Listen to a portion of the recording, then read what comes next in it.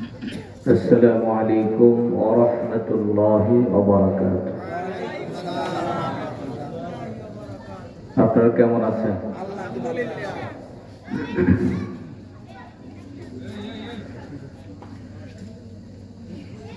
نحمده ونستعينه ونستغفره ونعوذ بالله من شرور أنفسنا ومن سيئات أعمالنا. من يهده الله فلا مضل له ومن يضلله فلا هادي له. ونشهد أن لا إله إلا الله وحده لا شريك له. ونشهد أن سيدنا ومولانا محمدا عبده ورسوله الذي أرسله بالحق بشيرا ونذيرا وداعيا إلى الله بإذنه وسراجا منيرا. فقد قال الله تعالى في كلامه المجيد وفرقانه الحميد: أعوذ بالله من الشيطان الرجيم. بسم الله الرحمن الرحيم. وسارعوا إلى مغفرة من ربكم وجنة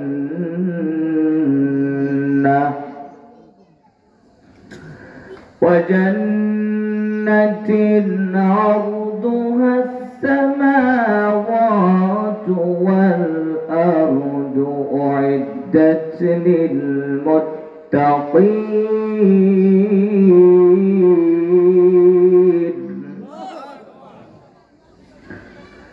الذين ينفقون في السراء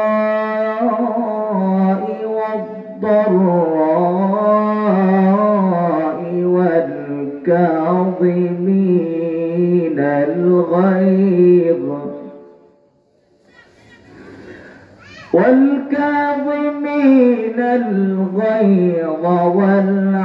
والعافين عن الناس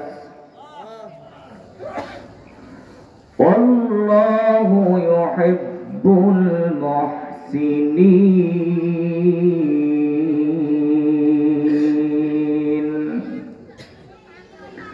بسم الله الرحمن الرحيم. إن الله وملائكته يصلون على النبي يا أيها الذين آمنوا صلوا عليه وسلموا تسليما. اللهم صل على مولانا محمد وعلى آله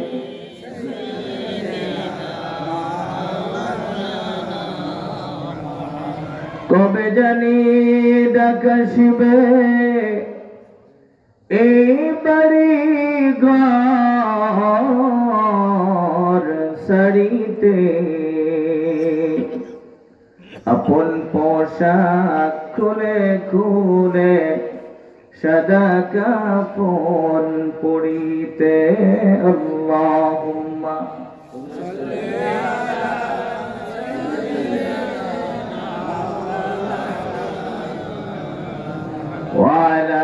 آل سيدنا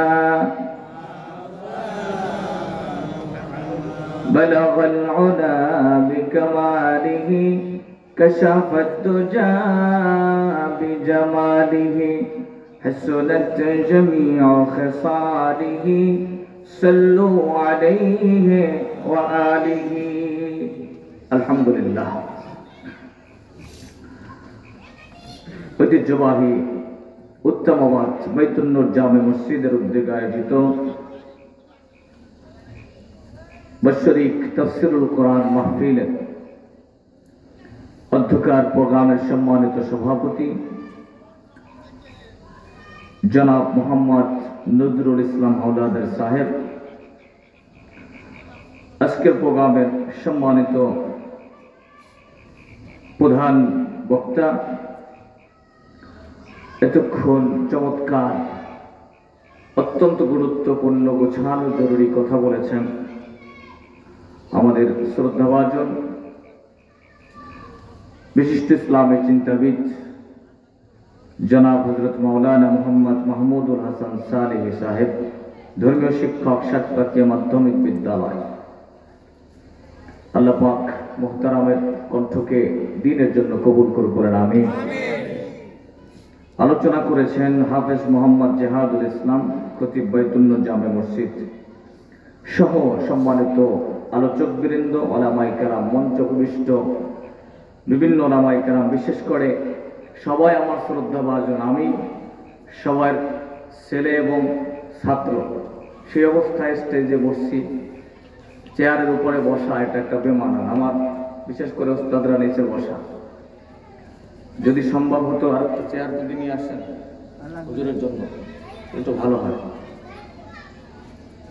আমার ওস্তাদ সেই ছোটবেলায় পড়েছি আপনাদের এলাকার, আমাদের সুফিয়ান হুজুর আছেন, স্টেজে রয়েছেন আমন্ত্রিত অতিথিবৃন্দ, আমার শ্রদ্ধাভাজন পিতা হযরত মাওলানা দেলোয়ার হোসেন সাহেব রয়েছেন,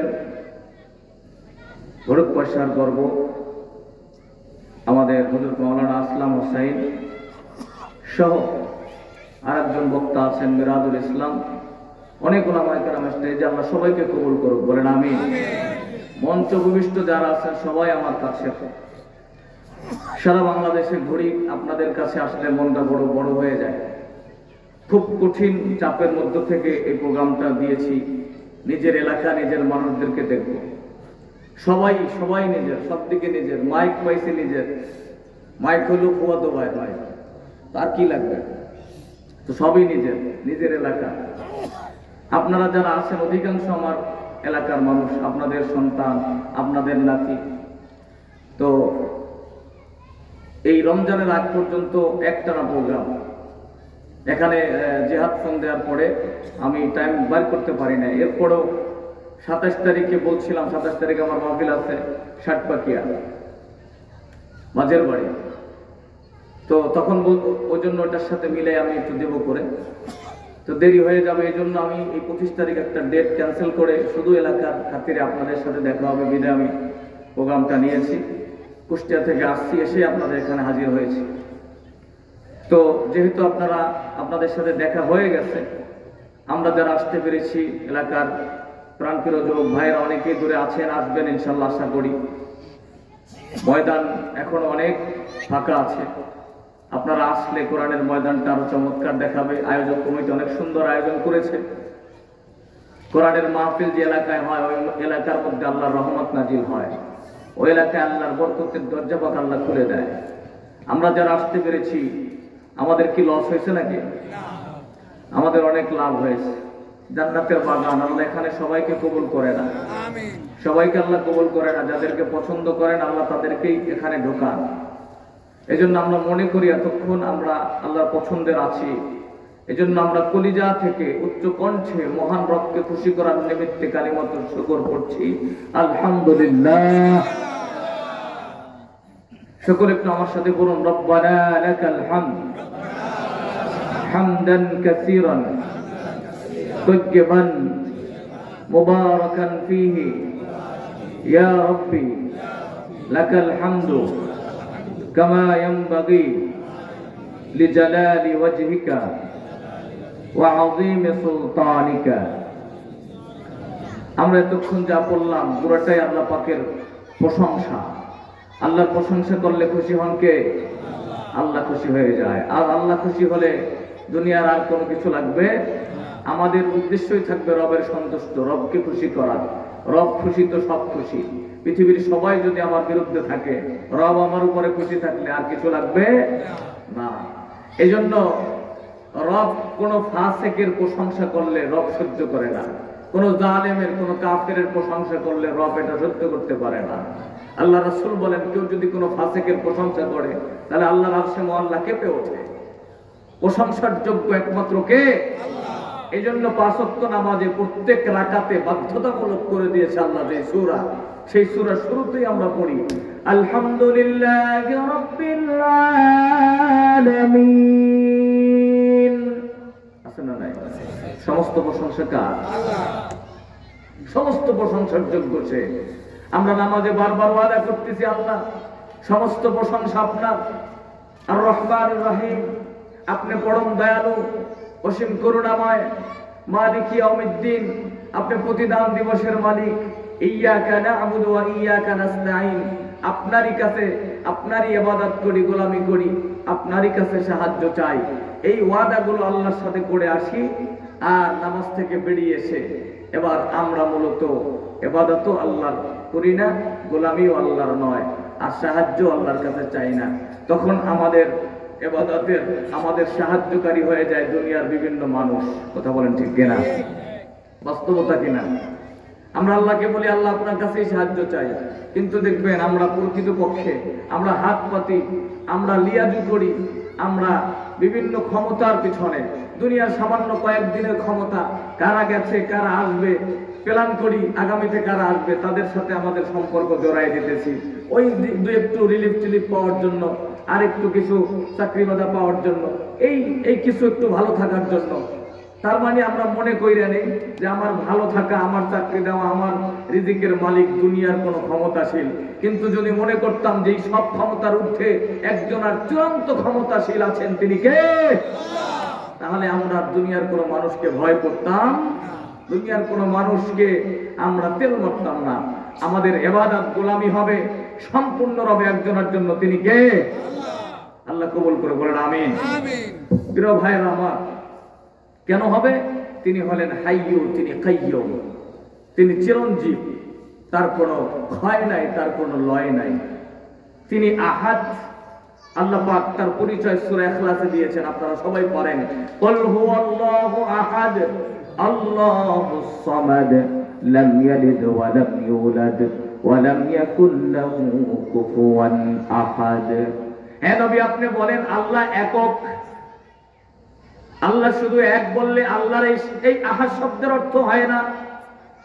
আজকের ভালো করে খেয়াল করেন, অহেদ একটি শব্দ, আহাদ একটি শব্দ। রামায় কেরাম আছেন, আমি যতটুকু ছোট্ট জ্ঞানে দুইটা শব্দের পার্থক্য পড়েছি।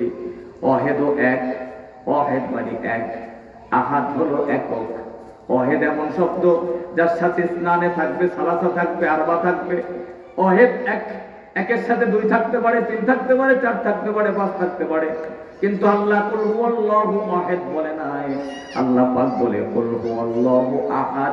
আহাদ এমন শব্দ যেটা একক, যার কোনো দ্বিতীয় নাই, অদ্বিতীয়। আহাদ মানে অদ্বিতীয়, এমন একক যার কোনো দ্বিতীয় হতে পারে না। একের দ্বিতীয় থাকতে পারে, এককের দ্বিতীয় নাই।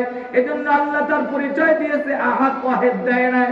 এজন্য দুনিয়ার মানুষ সবচাইতে দেখতে অসুন্দর, কালো, হাবশি গোলাম, সবচাইতে নিচু বংশের, সবচাইতে কম অর্থের মালিক, যাকে কেউ দাম দেয় না, এমন মানুষটাকে যখন আল্লাহকে চিনেছে, দুনিয়ার কারো কাছে হাত পাতে না, দুনিয়ার কাউকে ভয় করে না, দুনিয়ার কারো কাছে তিনি চায় না। তিনি যখন তাওহীদ বুঝেছে, রিসালাত বুঝেছে, ঈমান এনেছে, দেখতে পৃথিবীর সবচাইতে অসুন্দর, বেলালের মতো এত অসুন্দর মানুষ পৃথিবীতে কেউ ছিল না। অথচ এই মানুষটার পায়ের আওয়াজ আল্লাহ পাকের আরশে মুআল্লায় পাওয়া যায়। কি কারণে? ইমানের কারণে তাকে কাফের বেঈমানরা বাতিলরা কুফাররা আবু জাহেলের সৈন্যবাহিনী আল্লাহর রাসূলের সাহাবী হযরতে বেলালকে মাটির উপরে বালুর উপরে শোয়াইয়া বিশাল বিশাল পাথর, যারা হজম রয়ে গেছেন মক্কা থেকে মদিনায় যাইতে, মাঝখানে বিশাল মরুভূমি, হাজার হাজার পাহাড়, ওই পাহাড়ে এত বড় বড় পাথর আছে যে পাথর যদি আমার আপনার মতন শরীরের উপরে রাখে, এক পাথরে পুরা দেহটা একদম চাপা পড়ে যাবে, দেখাই যাবে না। এমন বিশাল বিশাল পাথর হযরতে বেলালে হাফসির বুকের উপরে চাপা দিয়ে রাখছে, শ্বাস করতে পারে না।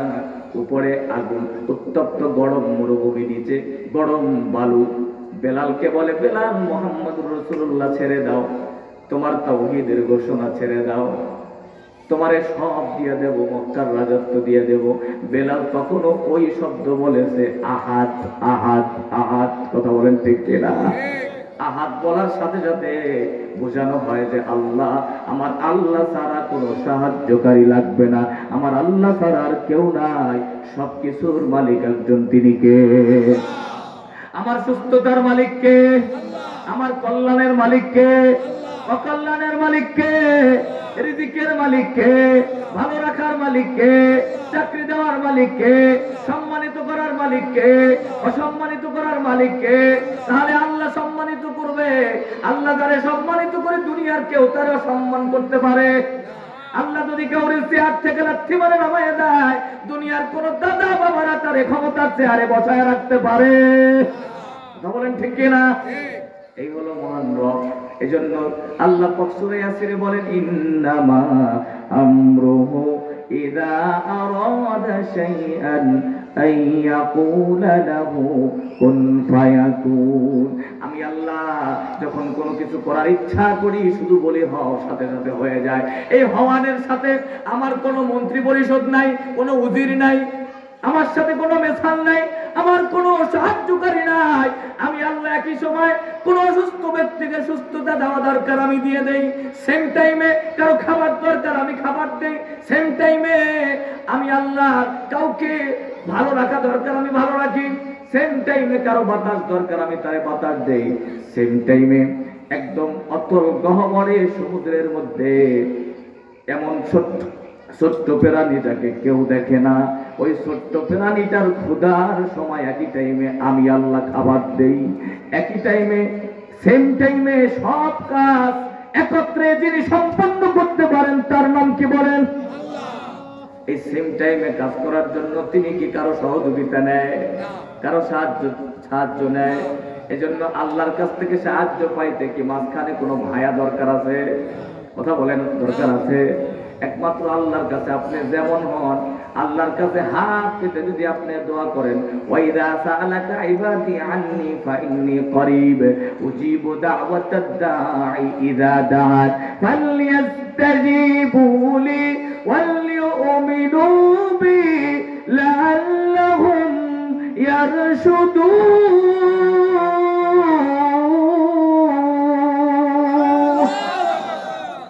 আল্লাহ পাক বলেন, যখন চাইতে হবে আমার কাছে চাও, আমি তোমার একদম কাছে, একদম নিকটে আছি, আমার কাছে চাও, আমি চাইতে দেরি হবে, আমি তোমার চাওয়ায় জবাব দিতে দেরি করব না।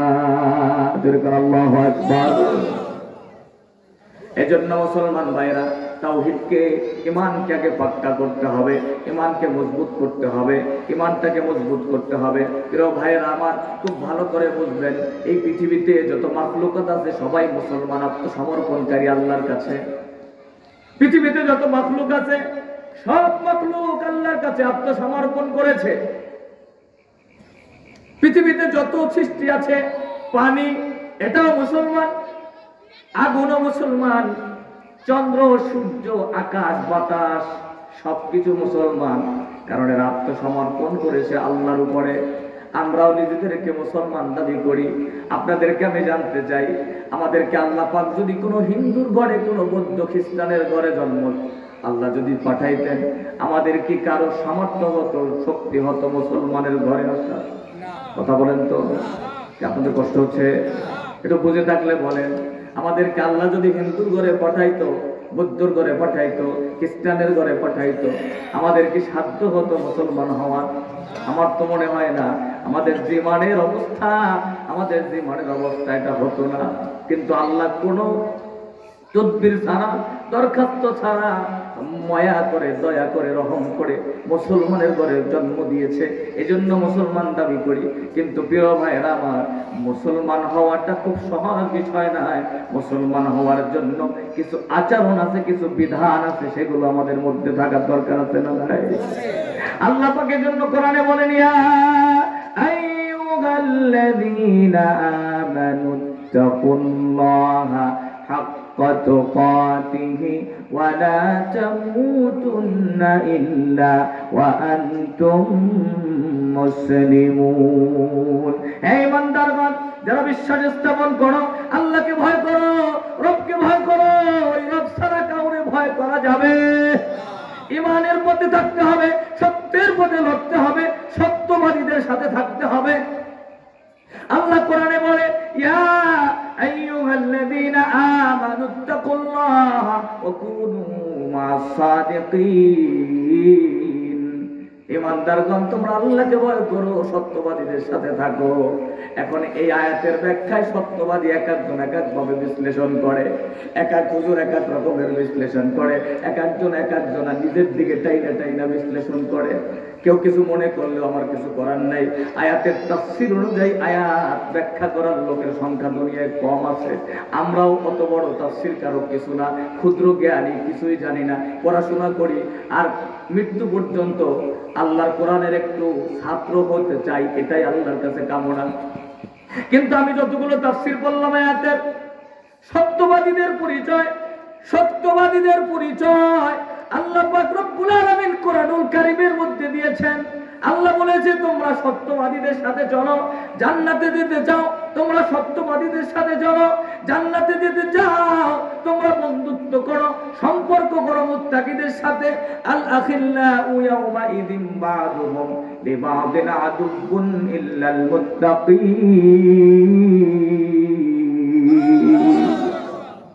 কোরআন থেকে কথা শুনলে কষ্ট হবে নাকি? কোরআনের কথার চাইতে মধুর কথা পৃথিবীতে আর কিছু হতে পারে? যে কোরআন শুনে শুধু মানুষ নয়, জিনেরা পর্যন্ত দলে দলে ঘোষণা দিয়ে মুসলমান হয়ে গেছে।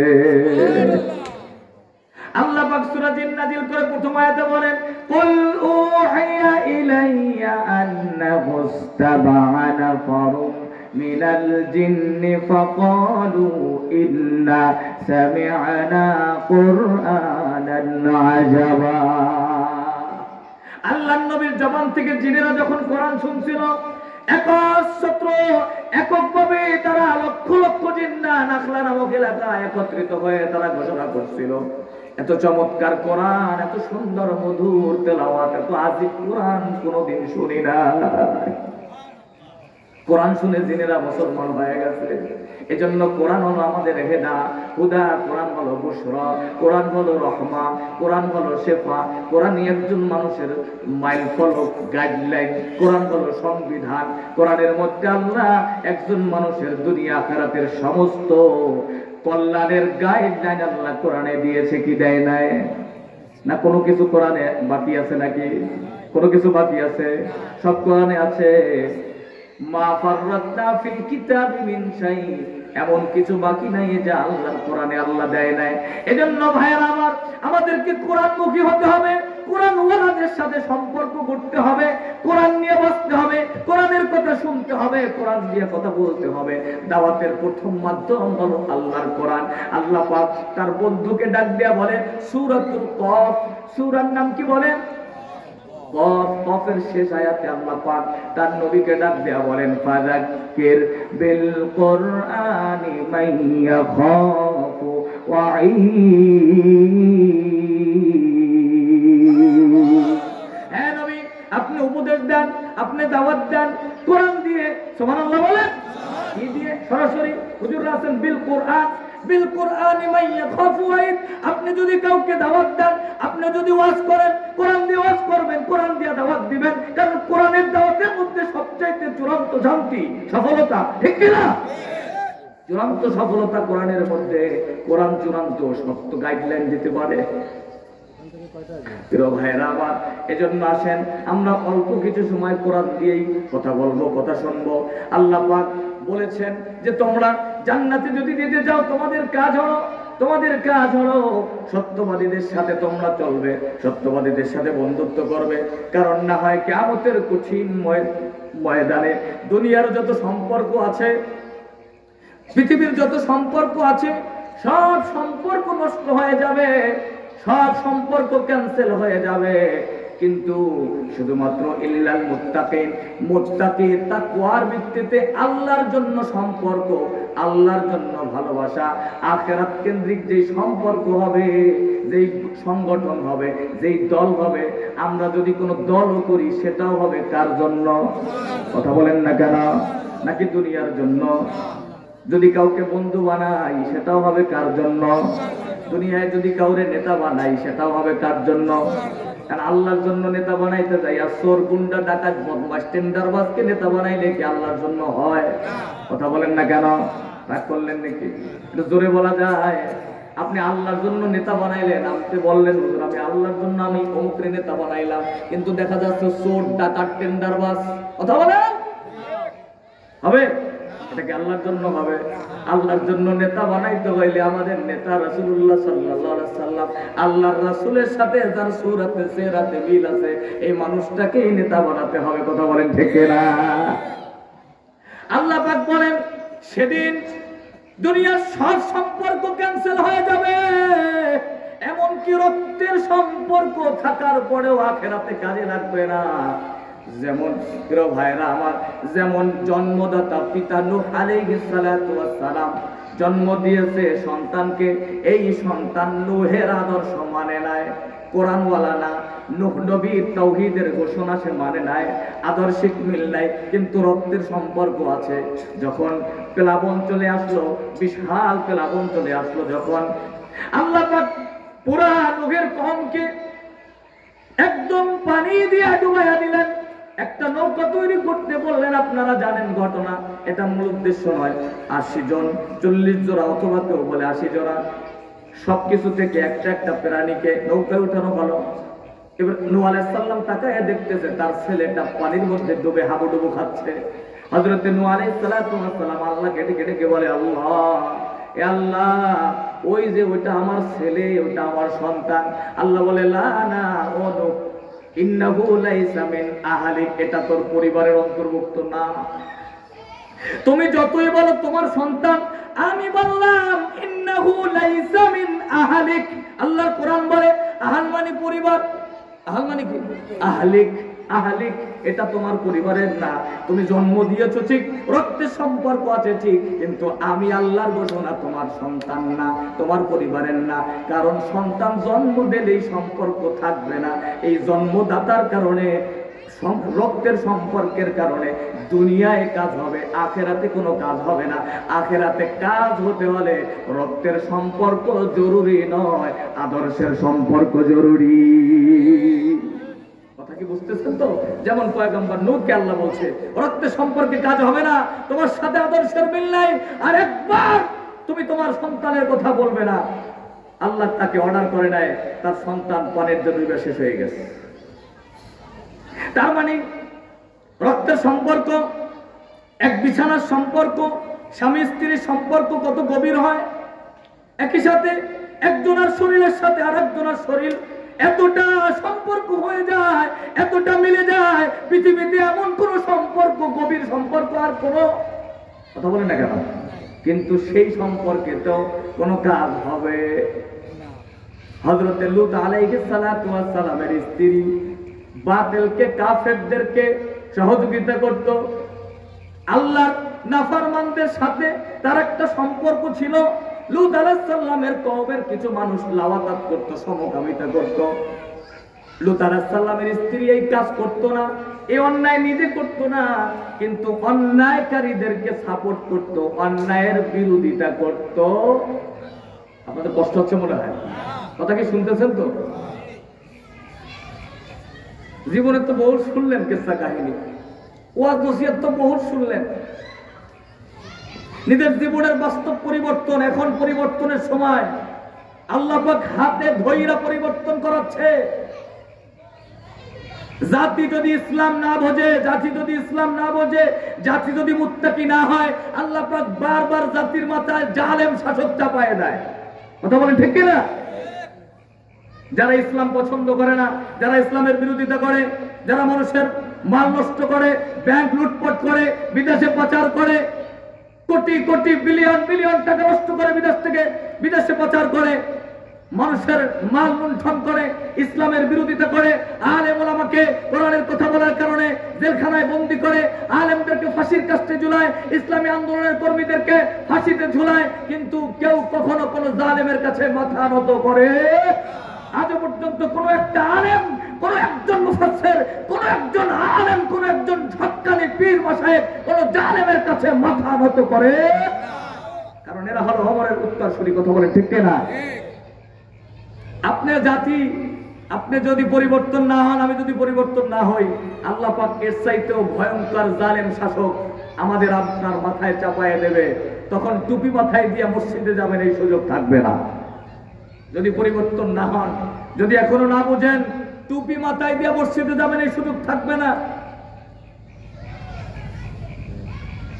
কারণ যারা ইসলাম বোঝে না, যারা ইসলাম অনুযায়ী ব্যক্তি জীবন, পারিবারিক জীবন, সামাজিক জীবন, রাজনৈতিক জীবন, দল সংগঠন, এই সব কিছুতে যারা ইসলামকে টানবে না, তারা মূলত ইসলামের পক্ষে আল্লাহর বন্ধু হয়ে আল্লাহর সাহায্য পেয়ে থাকতে পারবে না। তারা বাতিল জালেম তাগুদের সাথে বন্ধুত্ব হয়ে যাবে। কথা বলে ঠিক না? যারাই ইসলামকে প্রায়োরিটি দেবে সবকিছুতে, সব কর্মে, তারাই সঠিক হেদায়েতের উপরে থাকতে পারবে। আপনি একজন নামাজি তাহাজ্জুদ গুজার, আপনি বিবাহ শাদী অনুষ্ঠানে ইসলাম নিবেন না, মূলত আপনি মুসলমান হবেন না। আপনি একজন নামাজি, আপনি অর্থনীতিতে ইসলাম নেবেন না, ব্যবসা বাণিজ্যে ইসলাম মানবেন না, আল্লাহর কোরআনের আইন মানবেন না, মুসলমান বলা যায় না। আপনি একজন হাজী সাহেব, আপনি আপনার স্ত্রীর সাথে, আপনার পরিবারের সাথে, আপনার ভাই বোনের হক আদায় করবেন না, আপনাকে মুসলমান বলা যায়? এক কথা, ইসলাম হলো কমপ্লিট কোড অফ লাইফ। একজন মানুষের গোটা জিন্দেগিতে যত কর্ম আছে, সব কর্মে ইসলামের ডিরেকশন আছে না নাই? এভাবে ইসলামকে মানতে হবে। তাকে বলা হয় মুসলিম। মুসলিম মানে আত্মসমর্পণকারী, মুসলিম মানে সারেন্ডারকারী, যিনি নিজেকে সম্পূর্ণ আত্মসমর্পণ করে দেবে একজনের উপরে। তিনি কে? তার একটা হাসি হবে আল্লাহর জন্য, আল্লাহ যেভাবে হাসতে বলেছে সেভাবে হাসবে। তার কান্না হবে আল্লাহর জন্য, আল্লাহ যেভাবে কাঁদতে বলেছে সেভাবে কাঁদবে। তার হাঁটা হবে আল্লাহ সন্তুষ্টিতে, আল্লাহ যেভাবে হাঁটতে বলেছে, রাসূলুল্লাহ যেভাবে হেঁটেছে সেভাবে হাঁটবে। তার ধরা হবে আল্লাহর জন্য। কথা কি বুঝতেছেন তো? তার শোনা হবে আল্লাহর জন্য, আল্লাহ যেটা শুনতে বলেছে সেটা শুনবে। তার দেখা হবে আল্লাহর জন্য, আল্লাহ যা দেখতে বলে তাই দেখবে, এর বাহিরে কিছু দেখা যাবে? এক কথা, একজন মানুষের গোটা জীবনে সবকিছু হবে আল্লাহর জন্য, তিনি পরিপূর্ণ মুসলমান।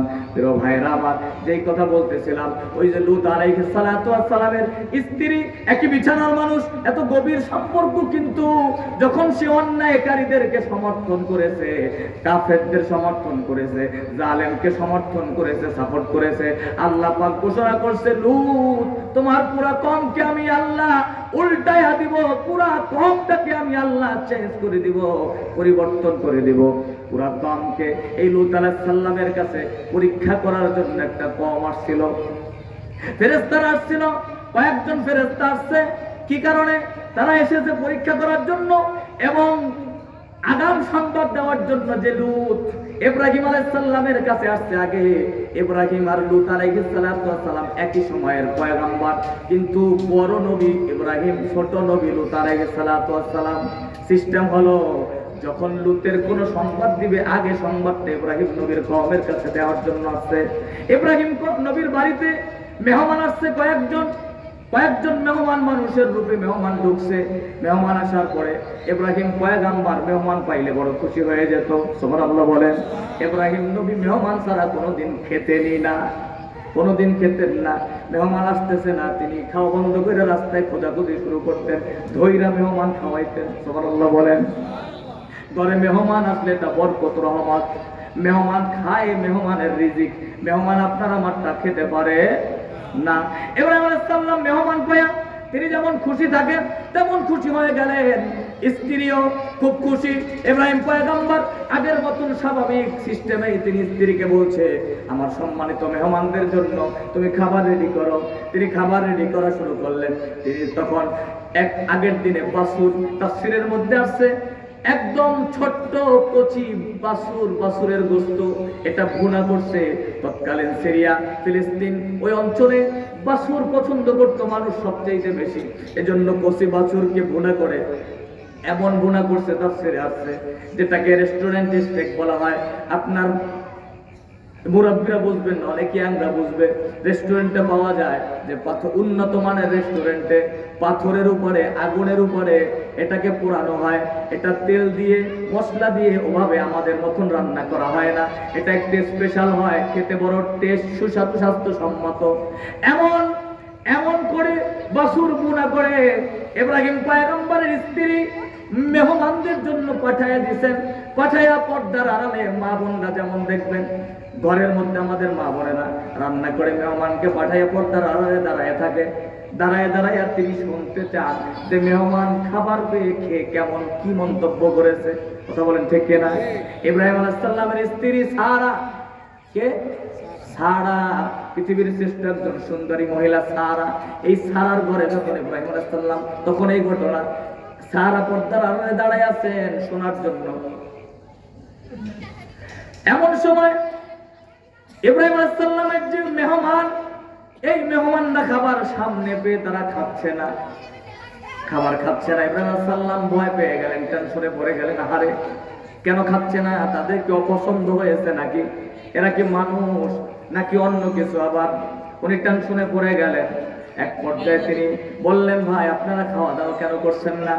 এক পর্যায়ে বাধ্য হইয়া ফেরেশতারা পরিচয় দিচ্ছে, রে আমরা কোনো মানুষ নয়, আমরা আল্লাহর পক্ষ থেকে প্রেরিত রাসূল। ফেরেশতা জোরে কোন সুবহানাল্লাহ।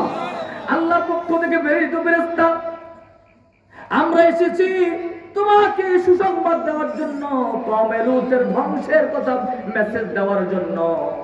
এই কথা শোনার সাথে সাথে পর্দার আড়াল থেকে ইব্রাহিম আলাইহিস সালামের স্ত্রী সারা যখন শুনলেন যে হারে আমি এত কষ্ট করে মেহমানের জন্য রান্না করে দিলাম, অথচ এই মেহমানরা মানুষই না ফেরেশতা। এরা কি মানুষই না ফেরেশতা? একথা শুনে তিনি হেসে দিলেন একটু আওয়াজ করে। এই জন্য হাসলেন, লজ্জায় হাসলেন যে হারে আমরা কত বোকা, এতক্ষণ ফেরেশতা বসে আছে অথচ আমরা তার জন্য রান্না বান্না করে হাজির করছি। ফেরেশতারা কি খায় নাকি? কথা বলেন, খায়? ফেরেশতারা তো খাবে না, অথচ তাদের জন্য রান্না বান্না করে সামনে হাজির করলাম। মানে নিজেদেরকে বোকা হয়ে গেল নিজেরা। এই জন্য একটা হাসি দিয়া ফেললেন। হাসির আওয়াজটা এতটুকু আওয়াজ ছিল যে ফেরেশতাদের কান পর্যন্ত পৌঁছে গেছে। আল্লাহু আকবার বলেন। ফেরেশতারা শোনার সাথে সাথে, আল্লাহর কোরআন বলেন, ফেরেশতারা শোনার সাথে সাথে এবার ইব্রাহিম আলাইহিস সালামকে ডাক দিয়া বলতেছে, ইব্রাহিম, আর ইব্রাহিম আপনি আপনার স্ত্রীকে জানায়া দেন আমরা যেহেতু ফেরেশতা মেহমান হয়ে আসছি, খাবার দিয়েছেন সামনে, খেতে পারতেছি না, কি করার, কষ্ট নিয়েন না, আপনাদের জন্য একটা সুসংবাদ নিয়ে আসছি। সেটা হলো ফাবাশশারনাহু বিইসহাক ওয়া মিন ওয়ারাই ইসহাক ওয়া ইয়াকুব। জোরে বলি আল্লাহু আকবার।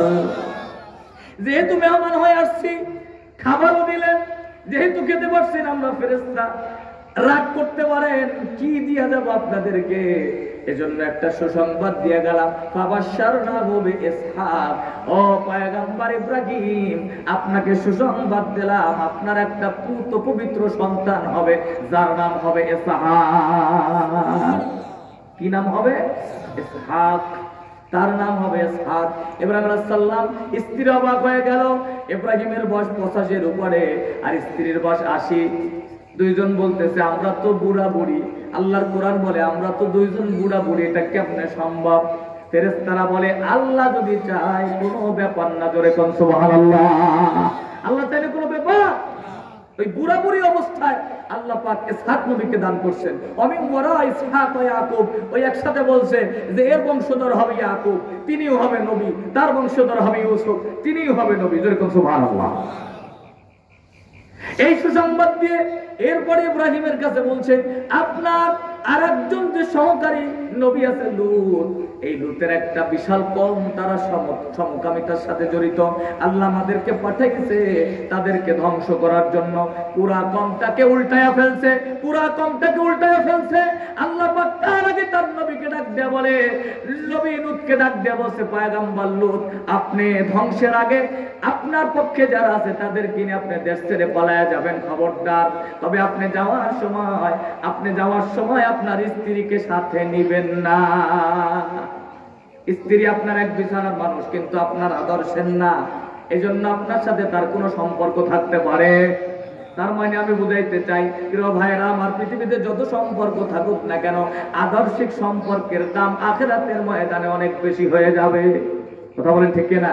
এজন্য আমাদেরকে সম্পর্ক, বন্ধুত্ব সবকিছু হবে কার জন্য? কার জন্য?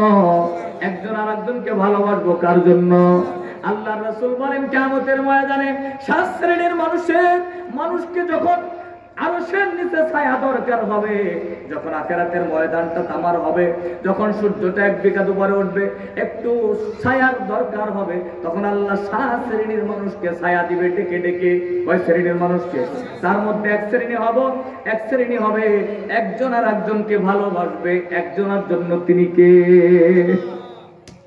যারা একজন আর একজনকে আল্লাহর জন্যই ভালোবাসে, দুনিয়ার কোনো শব্দ নয়। আল্লাহ পাক তাদেরকে ডাক দিবেন, নূরের টুপি পরায় দিবেন, গদ্দারটা সবার উপরে উঠবেন, এত সম্মানিত আসনে তারা থাকবেন। নবীরা, সিদ্দিক, শহীদ পর্যন্ত ঈর্ষান্বিত হয়ে তাদেরকে দেখবে, দেখে দেখে বলবে, এরা কারা? কোন নবী, কোন শহীদ? ফেরেশতারা ডাক দিয়া বলবে, এরা কোন নবীও না, কোন শহীদও না, এরা হলো এমন মানুষ যারা একজন আর একজনকে শুধুমাত্র কেবলমাত্র ভালোবেসেছে একজনের জন্য, তিনি কে? এজন্য আমাদের বন্ধুত্ব, সম্পর্ক, সংগঠন, দল যা কিছু আছে দুনিয়ায়, সমস্ত সম্পর্ক হবে আখিরাত কেন্দ্রিক। কথা বলেন ঠিক কিনা? প্রিয় ভাইরা আমার, এবার আসুন, যদি আমরা সেটা করতে পারি, আমাদের ব্যক্তি জীবন, পারিবারিক জীবন, সামাজিক জীবন আমাদের জন্য সুন্দর হয়ে যাবে, আমরা সফল হব। কারণ আমাদের পাশে যদি একজন আখিরাত বুঝানোর মানুষ থাকে, তাহলে শয়তান আমাদেরকে ওয়াসওয়াসা থেকে লাইনচ্যুত করতে পারবে। এজন্য বন্ধুত্বের বড় দাম, সম্পর্কের বড় দাম। প্রিয় ভাইরা আমার, আল্লাহর কোরআন বলছে, এজন্য তোমরা সত্যবাদীদের সাথে চলো। এবার আমরা আল্লাহর কাছেই জিজ্ঞাসা করি, আল্লাহ সত্যবাদী কারা? সত্যবাদী কারা? আমি যদি বলি আমি সত্যবাদী, আপনি কি বিশ্বাস করবেন? সেটা আপনার কি বিশ্বাস করা ঠিক হবে? কথা বলে না কেন? ঠিক হবে? ঠিক হবে না। আমি কোথায় পাবো সত্যবাদী কারা? ডিরেকশন কোথায় পাবো? আল্লাহর কোরআন বলে দিয়েছেন, ইন্নামাল মুমিনুনাল্লাযীনা আমানু বিল্লাহি ওয়া রাসূলিহি সুম্মা লাম ইয়ারতাবু ওয়া জাহাদু বিআমওয়ালিহিম ওয়া আনফুসিহিম ফি সাবিলিল্লাহ উলাইকা হুমুস সাদিকুন। জোরে বলি আল্লাহু আকবার। আল্লাহ পাক বলে, কেবলমাত্র শুধুমাত্র তারা ঈমানদার যারা আল্লাহ এবং তার রাসূলের উপরে বিশ্বাস স্থাপন করে, এমন বিশ্বাস যেই বিশ্বাসের মধ্যে কোনো সন্দেহ সংশয় থাকে না। কথা বলেন ঠিক কিনা? যে বিশ্বাসে কোনো সন্দেহ থাকে না। বলেন তো দেখি, ইমানের মধ্যে কোনো সন্দেহ করা যাবে? সমস্ত বিধান কার? টাকনুর নিচে প্যান্ট পাজামা লুঙ্গি পরা যাবে না, এই বিধান কার? কথা বলেন কার? মাথায় টুপি দিতে হবে, বিধান কার? দাড়ি কাটা যাবে না, বিধান কার? এখন আপনি যদি হজ করেন 100 বার, আর পালানোর সময় দাড়ি কামাইয়া পালান, বলেন তো দেখি আপনি কি প্রকৃত ইমানদার হতে পারবেন? পারবেন? ইমানদার কখনো দাড়িতে ফুল লাগাতে পারে? যে ব্যক্তি দাড়ি রাখে আল্লাহর জন্য, সে কখনো দাড়িতে ফুল লাগাতে পারে না। প্রিয় ভাইরা আমার, এজন্য মনে রাখবেন, ইমানদারের পরিচয় জানতে হবে, ইমানের মধ্যে কোনো সংশয় থাকবে না। আমাদের মধ্যে সমস্যা হলো, বহুত মুসলমান নামধারী আছে, কিন্তু বুদ্ধিজীবী যারা যখন ইমান দেখে, ইসলাম দেখে, একটা ইয়াং ছেলে, স্কুল কলেজ ইউনিভার্সিটির ছেলে, একটু মাথায় একটু বেরাকা ধরছে, অথবা ইসলামী আন্দোলনের কথা বলে, জিহাদের পক্ষে কথা বলে, কোরআনের পক্ষে কথা বলে, টাকনুর উপরে প্যান্ট পাজামা পরে পড়ছে স্কুল কলেজ ইউনিভার্সিটিতে, এমন ছেলে বানাচ্ছে না নাই? ও তো ইসলাম পছন্দ করে, আখিরাতকে ভয় করে চলে। তখন দেখবেন কিছু নামধারী মুসলমান আছে, তারা তখন টকশোতে বসে বসে বলে এরা জঙ্গি মৌলবাদ। কথা বলেন ঠিক না? যারা ইসলাম পালন করে ধরে তাদেরকে তখন জঙ্গি মৌলবাদ রাজাকার বলে গালি দেওয়া হয়। বাস্তবতা এটা, কঠিন বাস্তবতা।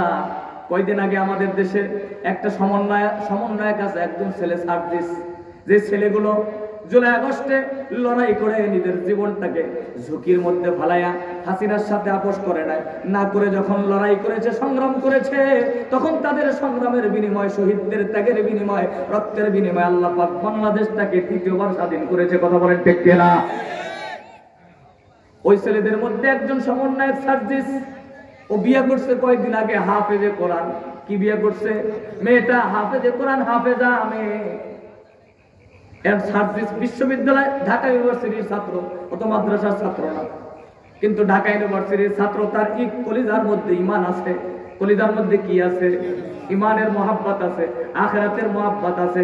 ও ইচ্ছা করলে অর্ধুলাঙ্গ ল্যাংটা একটা ইউনিভার্সিটির মেয়েরে বিয়ে করতে পারতে কি পারতো না? কথা বলছেন না কেন?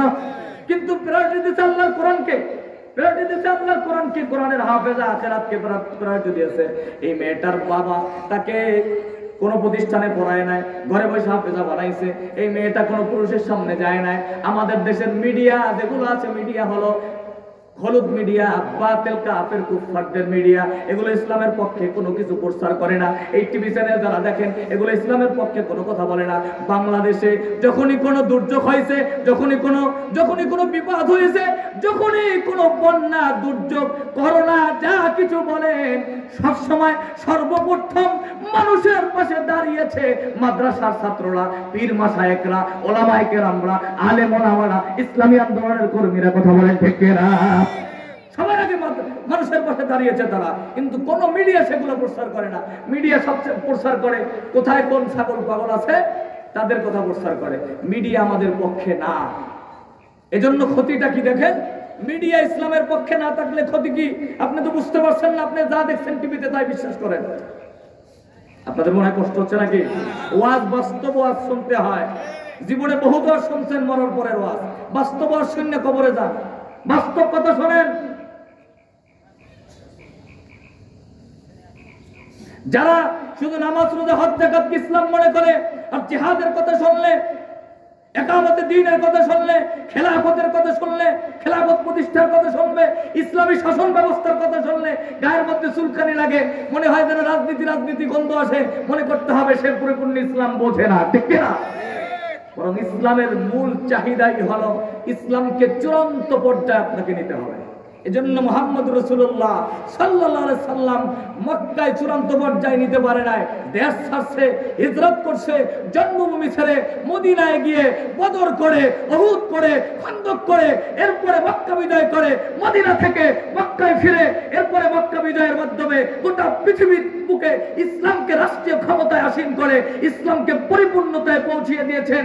তখন আল্লাহ রাসূলের শানে আয়াত নাযিল করছে, আল ইয়াউমা আকমালতু লাকুম দীনাকুম ওয়া আতমামতু আলাইকুম নি'মাতি ওয়া রাদিতু লাকুমুল ইসলাম দীনা। ও নবী, আপনি যদি আপনার ঘরের মধ্যে ইসলাম রাখতেন, আপনি যদি আপনার মসজিদে ইসলাম রাখতেন, আপনি যদি খানকার মধ্যে ইসলাম রাখতেন, তাহলে ইসলাম পরিপূর্ণতায় পৌঁছানোর আয়াত নাযিল হতো না। কিন্তু আপনি ইসলামকে গোটা পৃথিবীর রাষ্ট্রীয় ক্ষমতায় পৌঁছেছেন। আমি আল্লাহ ঘোষণা করলাম ইসলাম পরিপূর্ণতায় পৌঁছে গিয়েছে। আপনি যত ইসলাম মসজিদে রাখেন, চোর ডাকাত কোনদিন বন্ধ হবে? কথা বলে না কেন? টেন্ডারবাজি বন্ধ হবে? চোর কমছে না বাড়তেছে? ক্ষমতার রদবদল হবে, ক্ষমতার চেয়ার পরিবর্তন হবে, একদল যাবে আর একদল আসবে, কিন্তু হত্যাকারী, সন্ত্রাসী, ধর্ষণকারী বন্ধ হবে না। বাংলাদেশে এখন ঘরে ঘরে ধর্ষণ। কথা বলছে না কেন? যারা মিডিয়ায় আছেন দেখেন, গোটা বাংলাদেশে আমরা দেখি প্রতিদিন ধর্ষণ করা হয়, প্রতিদিন হত্যা, রাহাজানি। ঢাকাতে বনশ্রীতে একদম প্রকাশ্যে চিন্তাই করতেছে। কারণ কি? আল্লাহর কোরআনের আইন নাই। আল্লাহর কোরআনের আইন যদি সুপ্রিম কোর্ট, হাই কোর্ট, আদালতে থাকতো, আল্লাহর কোরআন বলে ওয়ামাল্লাম ইয়াহকুম বিমা আনজালাল্লাহু ফাউলাইকা হুমুজ জালিমুন ফাউলাইকা হুমুল কাফিরুন ফাউলাইকা হুমুল ফাসিকুন। যারা আল্লাহর কোরআন দিয়ে বিচার ফয়সালাকে পছন্দ করে না, এরা ফাসিক, এরা কাফের, এরা জালেম। আমাদের মধ্যে বহুত মুসলিম আছে, আমরা নামাজকে ইসলাম মনে করি, যাকাতকে ইসলাম মনে করি, হজকে ইসলাম মনে করি, সামনে সিয়াম আসছে সিয়ামকে ইসলাম মনে করি, কিন্তু আমরা বিচার ফয়সালা করতে হবে, অর্থনীতি করতে হবে, সমাজনীতি করতে হবে, রাজনীতি করতে হবে আল্লাহর কোরআন অনুযায়ী। এইখানে আমরা ইসলামকে আর চাই না। অথচ একজন মানুষের জীবনে কোন নীতি, কোন কর্ম ইসলামের বাহিরে থাকতে পারে, কারণ কিয়ামতের ময়দানে আল্লাহ আপনাকে প্রত্যেকটা জীবনে প্রত্যেকটা সময় মুহূর্তের হিসাব নেবেই। প্রিয় ভাইয়েরা আমার, এজন্য আসেন তাহলে আমরা সত্যবাদী জানবো কারা। ওই যে কথা বলছিলাম, ওই সার্জিস যখন এই মেয়েটাকে বিবাহ করেছে, বলেন সার্জিস কি খুব খারাপ কাজ করেছে? খুব ভুল কাজ করছে, অন্যায় কাজ করছে। এবার একজন মহিলা ছিল আমাদের দেশে, যারা 1996 সালে বাংলাদেশের আলেমরা আন্দোলন করে ভারতে পাঠাইছে। একজন চরিত্রহীনা, লম্পট, লুচ্চা একটা মহিলা, যার নাম হলো তাসলিমা নাসরিন। নাম কি নাম?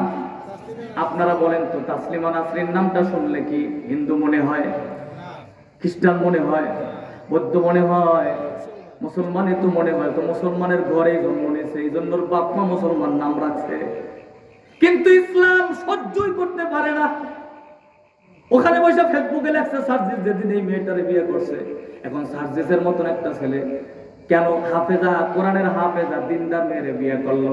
এই দিন প্রাধান্য দেওয়ার কারণে ও ফেসবুকে লিখতেছে যে বাংলাদেশে এক জঙ্গি আর এক জঙ্গিরে বিয়ে করছে। প্রমাণ আমার কাছে আছে। এইভাবে টকশোতে বসে বসে ক্ষমতার লোক, ক্ষমতার চেয়ারে বৈশা বিভিন্ন মানুষ, কেউ যদি ইসলামকে একটু প্রায়োরিটি দেয়, ইসলাম পছন্দ করে, তারাই দেখবেন আস্তে আস্তে জঙ্গি মৌলবাদ বানায় দেয়। বাস্তবতা বুঝছেন তো? আমি যে কথাগুলো বুঝাইতে চাইছি, বাস্তবতা দেখেন। এই যে সামান্য একটু হাফেজারে বিয়ে করার কারণে তাসলিমা নাসরিন বলতেছে জঙ্গি। তার মানে একটা ইউনিভার্সিটির ছাত্র যখন এসে এই যে আমাদের কুষ্টিয়া আবরার ফাঁদ, এই ছেলেটারে বইটে পিটাইয়া মারছে। মারার উদ্দেশ্য, এই ছেলেটা ইসলাম পছন্দ করার কারণে টাকলুক গিরার উপরে আপনার প্যান্ট পায়জামা পরে, ও নামাজ পড়া ধরছে, একটু দাড়ি রাখা ধরছে, ইসলামের পক্ষে কথা বলছে, বাস এটাই মৌলবাদ, জঙ্গি হয়ে গেছে। আর এই যে জঙ্গি মৌলবাদ বইয়া যারা গালি দেয়, এরা কোনো হিন্দু ভাই, কোনো খ্রিস্টান ভাই আমার গালি দেয় না, এগুলো মুসলমান নামধারীরাই গালি দেয়। কথা বলেন ঠিক না? তার মানে এরা ইসলামের আল্লাহর বিধানকে সন্দেহ পোষণ করে বিধানগুলো মানতে চায় না। নামে মুসলিম দাবি করে, ইমানদার দাবি করে। কথা বললে বলে আমরা কি ইসলাম কম বুঝি নাকি? আমরা কি কোরআন কম বুঝি নাকি? কোরআন ইসলাম কম বুঝলে কথা কেউ বলতে পারে না। প্রিয় ভাইয়েরা আমার, এজন্য আল্লাহ বলে সত্যবাদীদের পরিচয় হলো ইমানদার দাবি করলে, মুসলমান দাবি করলে সন্দেহ পোষণ করা যাবে না, আল্লাহর বিধানের উপরে আঙ্গুল তোলা যাবে না।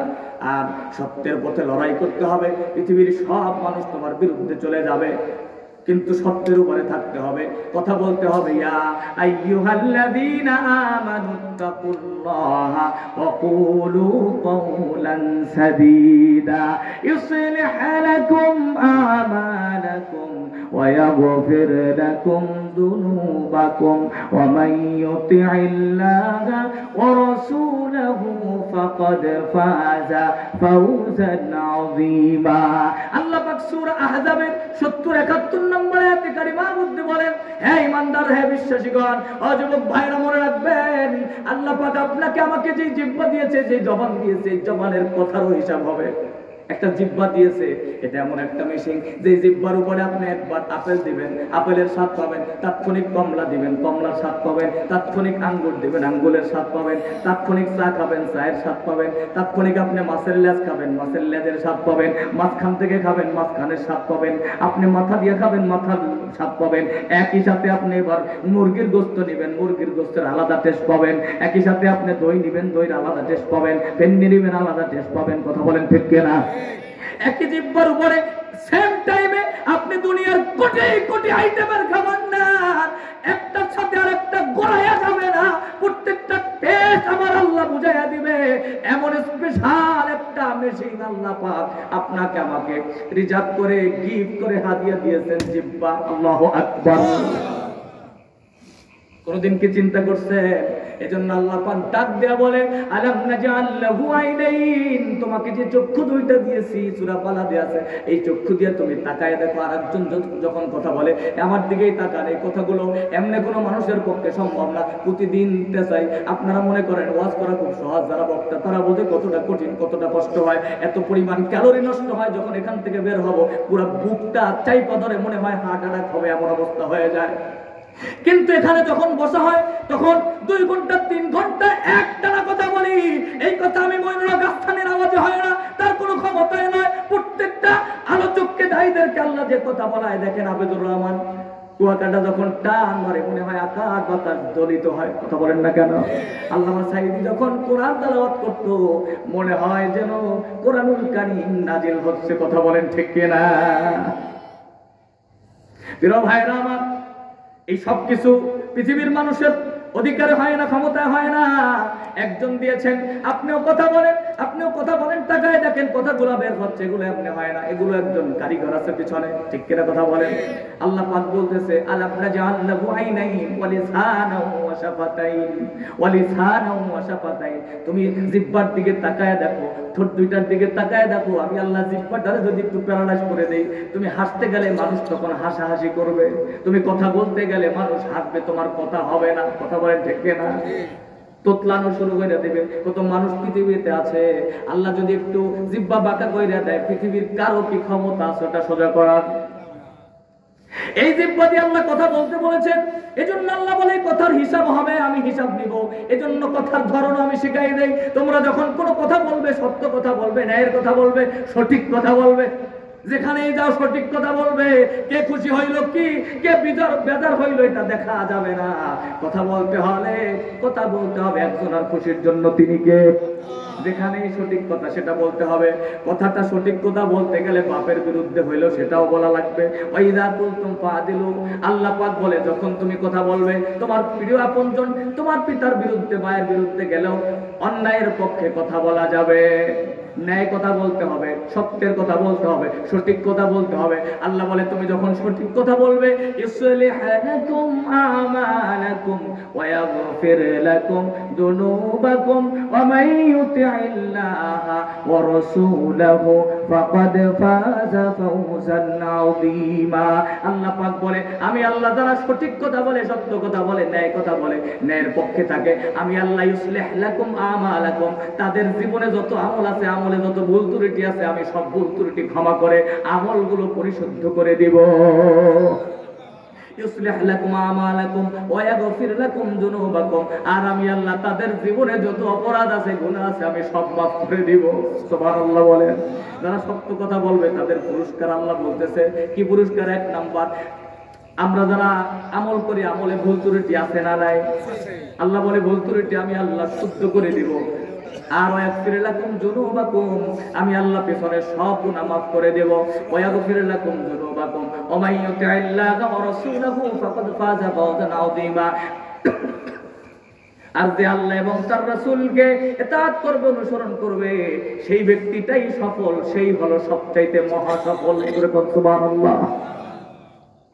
মহা সফলের জন্য টাকা এটা কোনো ক্রাইটেরিয়া নয়। সফলতার জন্য টাকা সম্পদ কোনো মাধ্যম নয়। সফলতার জন্য ক্ষমতা আল্লাহর কাছে কোনো দাম নাই। সফলতার জন্য দাম হলো যে সত্য কথা বলে জান্নাত পাবে। সুবহানাল্লাহ বলবেন না? যে আল্লাহ এবং তার রাসূলের ইতাআত করবে সেই হবে সবচাইতে সফল মানুষ। ওই মানুষটা যদি ঠেলাওয়ালা হয়, ভ্যানওয়ালা হয়, মাঠে কাজ করা মানুষ হয়, রিক্সা চালক হয়, দেখতে অসুন্দর হয়, সবচাইতে নিম্ন ঘরের হয়, সমাজের কেউ দাম দেয় না, কিন্তু এই মানুষটাও সফল যে মানুষটা সত্যের উপরে থাকে, সত্য কথা বলে, আল্লাহ তার রাসূলের ইতাআত করে। জোরে কোন সুবহানাল্লাহ। আপনাদের কি কষ্ট হচ্ছে ভাইরা? কষ্ট হচ্ছে? আলোচনা কি চলবে? চলবে? কারা কারা চলবে একটু হাত তুলে দেখাই তো। লিল্লাহি তাকবীর, লিল্লাহি তাকবীর। আল্লাহ কবুল করে বলেন আমিন। প্রিয় ভাইরা আমার, আপনার আবার খুব কাছের মানুষ, এজন্য খুব জরুরি 2-1টা কথা বলে নিজেদের বিবেকের কাছে। আমরা আজকে কোরআন শোনার পরে সিদ্ধান্ত বিবেক পরিবর্তন করতে হবে। আমি এটা দিয়েই শেষ করব। আস্তে আস্তে খেয়াল করেন, তাহলে আমরা যেইখানে ছিলাম আল্লাহ পাক বলে সত্যবাদীদের সাথে থাকলে জান্নাত হবে। এখন সত্যবাদীদের বর্ণনা করতেছিলাম। সত্যবাদী আল্লাহ বলে যে সত্যের উপরে থাকতে হবে, সত্য কথা বলতে হবে, ন্যায় কথা বলতে হবে। কারণ তুমি যখন কথা বলো মা ইয়ালফিযু মিন কাওলিন ইল্লা লাদাইহি রাকীবুন আতীদ, তোমার প্রত্যেকটা জবানের কথা বের হওয়ার সাথে সাথে দুইজন ফেরেশতা সেটা লিখে ফেলে। যেরকম সুবহানাল্লাহ। এজন্য নবী বলেন, মনে হয় যেন নবী আমাদের হাত ধরে ধরে বলে উম্মত, ও নারী পুরুষ ও যুবক বৃদ্ধ আবাল বনিতা, নবী আমাদের হাত ধরে ধরে বলতেছে বুখারীর বর্ণনায়, মাইয়াত মাল্লি মা বাইনা লিহইহি ওয়া মা বাইনা রিজলাইহি আকমাল্লাহুল জান্নাহ। আল্লাহর নবীর শাফায়াত ছাড়া জান্নাতে যাওয়া যাবে নাকি? যাবে? আল্লাহর নবীর শাফায়াত ছাড়া জান্নাতে যাওয়া যাবে? জান্নাতে যেতে হলে নবীর সিগন্যাল লাগবে, নবীর সিগন্যাল লাগবে। যার দিকে নবীর সিগন্যাল পড়বে জান্নাত, যার দিকে নবীর সিগন্যাল পড়বে না তার জান্নাত হবে। এই নবী বলতেছে, আমি তোমার হাত ধরে জান্নাতে নিয়ে যাব, আমি তোমার হাত ধরে জান্নাতে নেওয়ার জিম্মাদার হয়ে গেলাম। তবে দুইটা কাজ তুমি আমাকে দিবা। সুবহানাল্লাহ বলেন, মাইয়াদ মাল্লি মা বাইনা লিহইহি ওয়া মা বাইনা রিজলাইহি আকমাল্লাহুল জান্নাহ। দুই চোয়ালের মধ্যবর্তী স্থান যেটা জিহ্বা, এতক্ষণ বললাম এই জিহ্বাটার কন্ট্রোল, জিহ্বাটার নেতৃত্ব কন্ট্রোল করবা, জিহ্বার হেফাজত করবা। এই দায়িত্বটা আমি নবীর উপরে, তোমার উপরে তুমি আমাকে গ্যারান্টি দিয়ে দাও যে জিহ্বার হেফাজত মানে জিহ্বা দিয়ে বিবাদ করা যাবে না, জিহ্বা দিয়ে মিথ্যা কথা বলা যাবে না, জিহ্বা দিয়ে অন্যকে গালি দেওয়া যাবে না, জিহ্বা দিয়ে অন্যকে কষ্ট দেওয়া যাবে না, জিহ্বা দিয়ে চগলখুরি করা যাবে। চগলখুরি মানুষ সমাজে আছে না নাই? একজন আরেকজনের লাগায়, খালি প্রতিহিংসা। মিডিয়ায় এখন খালি কিছু রাজনৈতিক ভিন্নতা, দলগত ভিন্নতার কারণে একজন আরেকজনারে দুনিয়ার সবচাইতে শত্রু মনে করে। এক কাতারে নামাজ পড়ে কিন্তু কেউ কেউরে দেখতে পারেন, আছে না নাই? কথা বলছেন না কেন? আছে না নাই? চগলখুরি একজন আরেকজনকে লাগায় সমাজের মধ্যে মুখ দিয়া। দেখেন এই মুখের কত ক্ষতি, জিহ্বার কত পাওয়ার। একটু ভালো করে খেয়াল করেন, জিহ্বার কত পাওয়ার। একজন গোলাম, আগের দিনে গোলাম কেনা বেচা হতো, কি হতো? গোলাম কেনা বেচা হতো, মানুষ গোলাম কিনতো। এখন একজন গেছে বাজারে গোলাম কিনছে, একটা গোলাম পছন্দ হয়েছে, তো বিক্রেতার কাছে জিজ্ঞাসা করছে গোলামটা কেমন কি? বলছে খালি গুণ আর গুণ, গুণের গুণে মনে করেন বিশাল একটা তালিকা দিল। এরপরে শেষবারে বলতেছে, ভাই তবে আমার গোলামটার এত গুণের মধ্যে একটা ছোট্ট একটা দোষ আছে, এটাও বলে দেই। কি দোষ? ওটা চগলখুরি করে। কি করে? চগলখুরি করে। তো ক্রেতা মনে করছে এত গুণওয়ালা গোলাম পাওয়া যাবে না, ওই একটা দোষ, তো ওটা কোনো সমস্যা নেই, ওটা কোনো সমস্যা না, নিয়ে কিনে নিয়ে আসতে পারি। আনার পরে এবার ডিউটি হলো স্যারের অফিসে, ম্যাডামের বাসায়। মানে হাজব্যান্ড অফিসে চাকরি করবে, অফিসে যাবে, তার আপনার চেয়ার টেয়ার মুছে দিবে, চাটা নিয়ে আসবে, আর ম্যাডাম বাসায়, ম্যাডামের একটু কাজ বাজ করে দেবে বাসায়। এরপরে স্যার বাজার করে দেবে, বাজারটা নিয়ে এসে ম্যাডামকে দিবে, এই কাজগুলো করবে। তো ভালোই কাজ করতেছে।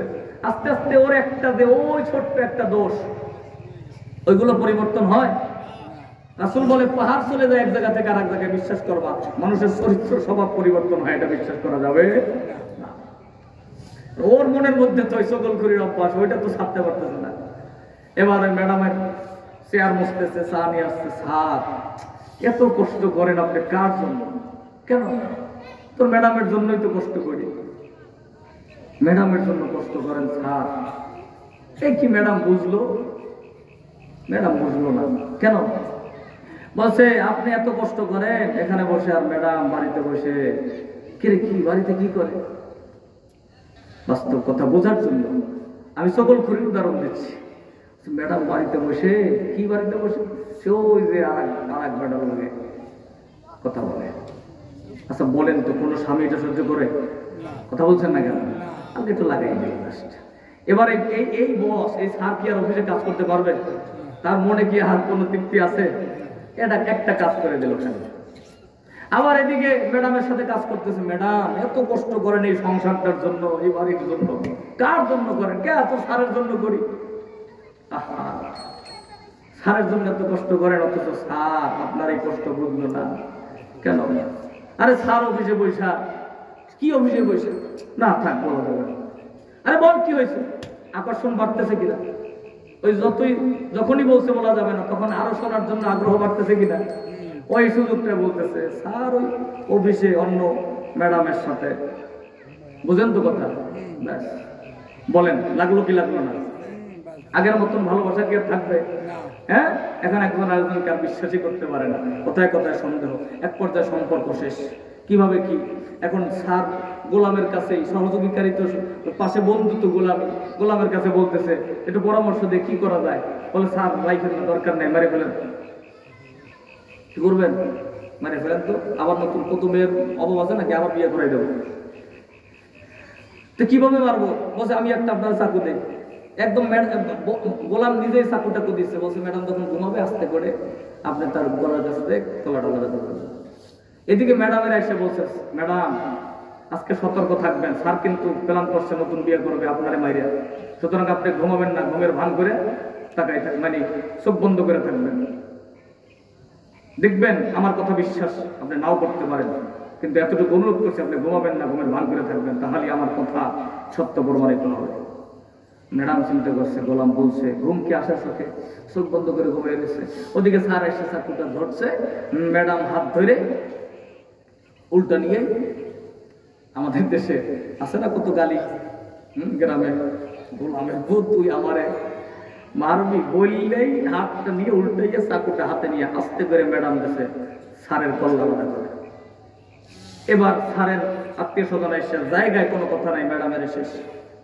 এবার দুই আত্মীয়ের মধ্যে দ্বন্দ্বে দ্বন্দ্বে অসংখ্য প্রাণ হারাইছে একটা মানুষের একটা দোষের কারণে, সেটা হলো চগলখুরি, সেটা হলো মুখ, এই জিহ্বার কন্ট্রোল না থাকার কারণে। কথা বলেন ঠিক না? মারাত্মক জিনিস, কত মারাত্মক জিনিস। এই জন্য রাসূল বলে এটা কন্ট্রোল করলে জান্নাত দিয়ে দেবে। সুবহানাল্লাহ বলবেন না? আসেন, এটা কন্ট্রোল করতে হবে, এটা হিসাব নেবে আল্লাহ। আর দুই উরুর মাঝখানের, দুই উরুর মধ্যবর্তী জায়গা, খবরদার জিহ্বা দিয়ে মিথ্যা বলবেন না। দুই উরুর মধ্যবর্তী স্থান লজ্জা স্থান, নারী পুরুষ, যুবক ভাইয়েরা, যুবতী বোনেরা, দুই উরুর মধ্যবর্তী স্থান, দুই চোয়ালের মধ্যবর্তী স্থান জিহ্বা, দুই উরুর মধ্যবর্তী স্থান লজ্জা স্থান। এই দুইটা জিনিসের জিম্মাদার দায়িত্ব যে নিতে পারবে হেফাজতের, রাসূল বলে আমি জান্নাতে নেওয়ার জন্য তার জিম্মাদার হয়ে গেলাম। সুবহানাল্লাহ, আল্লাহ আমাদের তৌফিক দান করুন, বলেন আমিন। একটা কথা যদি মেনে এখান থেকে তাওবা করে বিদায় নিতে পারি, ইনশাআল্লাহ এটাই নাজাতের ওসিলা হয়ে যাবে। কথা বলেন ঠিক কিনা? প্রিয় ভাইরা আমার, আসেন, এজন্যই সত্য কথার দাম বেশি, সঠিক কথার দাম বেশি। গোলালো মার্কা কথার দাম নাই, গোলালো মার্কার কথার দাম আল্লাহ দেয় না, তার রাসূলও দেয় না।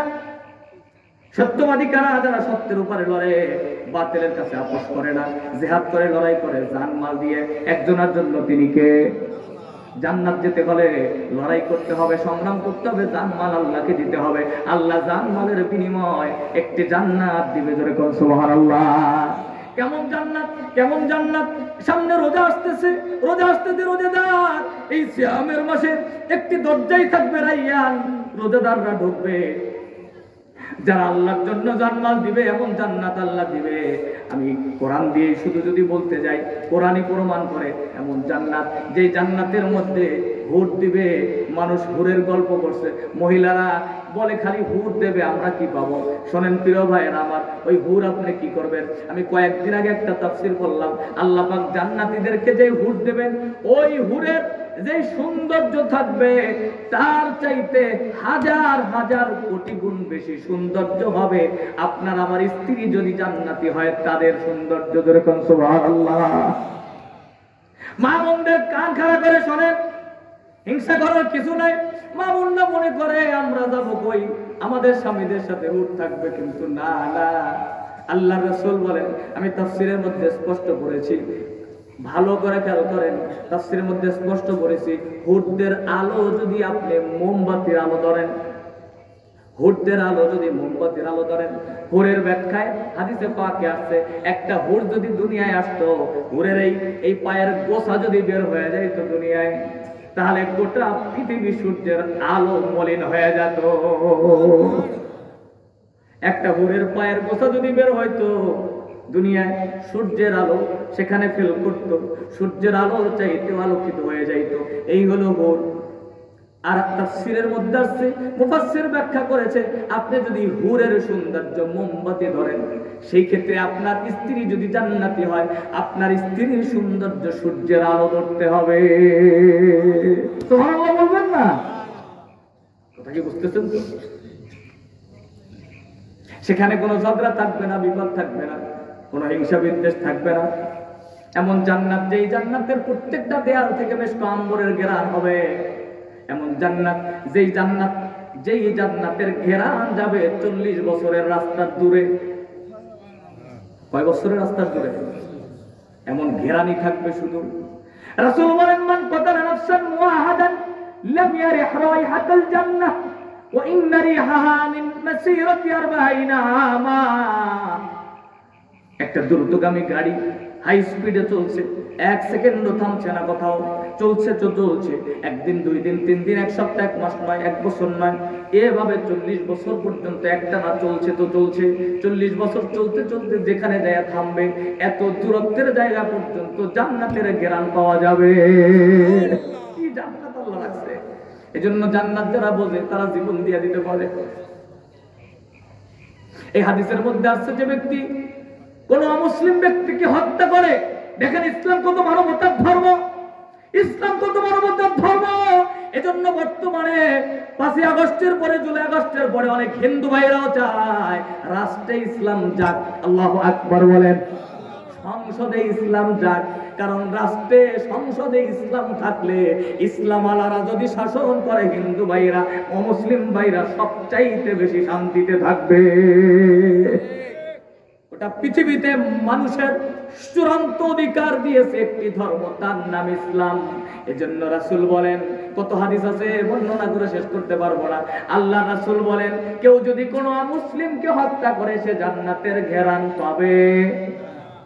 তাহলে বুঝেন অমুসলিমের নিরাপত্তা ইসলাম কত দিয়েছে, কত চমৎকার দিয়েছে। তোরা ভাইরা আমার, এজন্য অমুসলিমদের কাছে ইসলাম তুলে ধরবেন, দেখবেন তারা দলে দলে মুসলমান হয়ে যাবে। কিন্তু আমাদের ইসলাম আছে নামে, চরিত্র দেখে অমুসলিমরা হাসে। যেমন কয়দিন আগে আমি শুনছি, আমাদের এক স্যার বলছে, কোরিয়ায়, আপনারা রাগ করতেছেন নাকি? কষ্ট হচ্ছে? কোরিয়ান 1 লোক বাঙালি মুসলমান গেছে সেখানে। এখন কোরিয়ান কথায় কথায় বলতেছে, আপনারা নাকি রোজা রাখেন, কত টাইম আপনারা সিয়াম পালন করেন, রোজা রাখেন, উপোস থাকেন, কেমন আপনাদের রোজা? বলে, আমরা রোজা রাখি সুবে সাদিক থেকে সূর্যাস্ত পর্যন্ত। কোরিয়ান ও বলতেছে, আপনি এর মধ্যে কয়বার খান? বলে, একবারও খাই না। পানি পান করেন কয়বার? মোটেও না। কি বলছেন? ঘরের মধ্যে গোপনে আলাদা, গোপনেও পান করেন না? বলে, না, গোপনেও করি না, কারণ আমরা রোজা রাখি কার জন্য? আল্লাহর জন্য। যারা রোজা রাখে তারা সুযোগ আছে গোপনে পানি পান করার, কেউ করে? কথা বলেন না কেন? সুযোগ আছে। কিন্তু যে ব্যক্তি আল্লাহর জন্য রোজা রাখে, সে কিন্তু সুযোগ থাকার পরেও খায় না, পানি পান করে না। বাঙালি মুসলিম বলে, আমরা আল্লাহকে ভয় করে চলি, এজন্য আমাদের রোজার নিয়মই হলো, রোজা কবুল হতে হলে গোপনেও খাওয়া যাবে না, পান করা যাবে না। কোরিয়ান ডাক দিয়ে বলতেছে, আল্লাহ, কোরিয়ানের ভাষা, আল্লাহ আমি বললাম, ও বলছে না, ও তো মুসলমান না। কোরিয়ান বলতেছে যে, কি বলছেন? এত লম্বা সময় আপনারা খানও না, পানও করেন না, গোপনেও পান করেন না? বলেন না। তাহলে তো আপনাদের দেশে কোনো দুর্নীতিবাজ নাই, আপনাদের দেশে কোনো দুর্নীতি নাই, আপনাদের দেশে কোনো টেন্ডারবাজ নাই, আপনাদের দেশে কোনো খুনি নাই, আপনাদের দেশে কোনো চোর ডাকাত নাই। বাঙালি হাসা দিয়ে বলতেছে, কি বলছেন?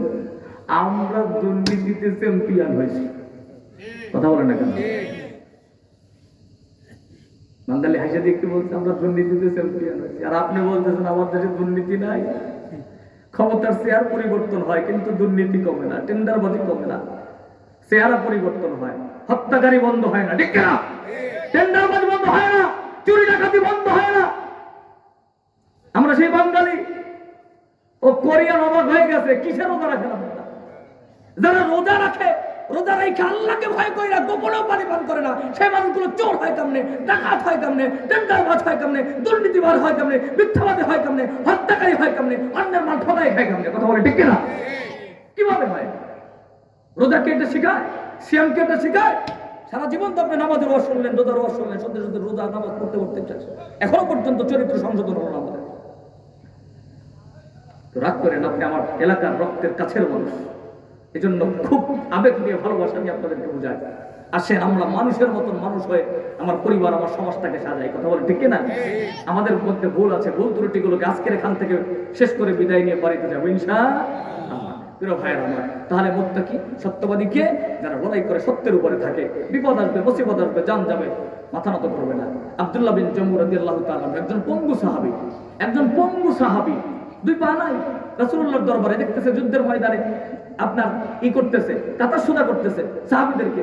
আব্দুল্লাহ বিন জমু বলে, ইয়া রাসূলুল্লাহ আমাকে যুদ্ধে শামিল করেন। বলে, তুমি পঙ্গু, তোমার জন্য রুখসাত আছে, বাড়ি যাও, যাই তোমার বাচ্চা কাচ্চা সন্তান থাকলে পাঠাইয়া দাও।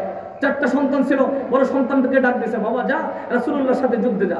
মেজো ছেলেটাকে পাঠাই দিয়েছে, সেজো ছেলেটাকেও পাঠাই দিয়েছে। ছোট্ট ছেলে ঘুমাই আছে, খেলাধুলা করে, কোলের উপরে নিয়ে বলতেছে, বাবা তুই তোর ভাইদের সাথে রাসূলুল্লাহর সাথে যুদ্ধের ময়দানে শামিল হয়ে যা। সুবহানাল্লাহ। 4 ভাই দৌড় দিছে, ওই ছোট ছেলেটার খেলার সাথে ছোট্ট বাচ্চা এসে বলতেছে, আঙ্কেল ছোট ছেলে কই আপনার? বলে, ও তো ভাইদের সাথে যুদ্ধে গেছে।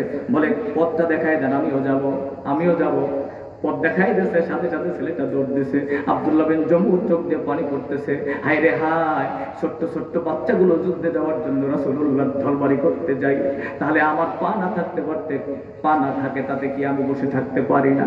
আমার ঘুরে দিতে দিতে খোড়ায় খোড়াইয়া রাসূলুল্লাহর সাথে যুদ্ধে রওনা দিতে হইতো। যুদ্ধ চলছে, লড়াই করছে, লড়াইতে এক পর্যায়ে হযরত আব্দুল্লাহ বিন জমু শহীদ হয়ে গেছে। আব্দুল্লাহ বিন জমু 4টা ছেলে শহীদ হয়ে গেছে। হঠাৎ করে ঘোষণা হয়ে গেছে, কুতিলা মুহাম্মদ নাই, মুহাম্মদ শহীদ হয়ে গেছে। এখন আব্দুল্লাহ বিন জমুর স্ত্রী, ওই 4 সন্তানের মা, মুহাম্মদ নাই শুনে ঘরে থাকতে পারে না, দৌড় শুরু করছে। একদিক থেকে বলে, বোন কই যান? আপনি কি জানেন আপনার সন্তানগুলো শহীদ হয়ে গেছে? কানে ঢোকে না। এদিক থেকে আরেকজন ডাক দেয়, ও মা কই যাও? তুমি কি জানো তোমার স্বামী যুদ্ধের ময়দানে শহীদ হয়ে গেছে? কানে ঢোকে না।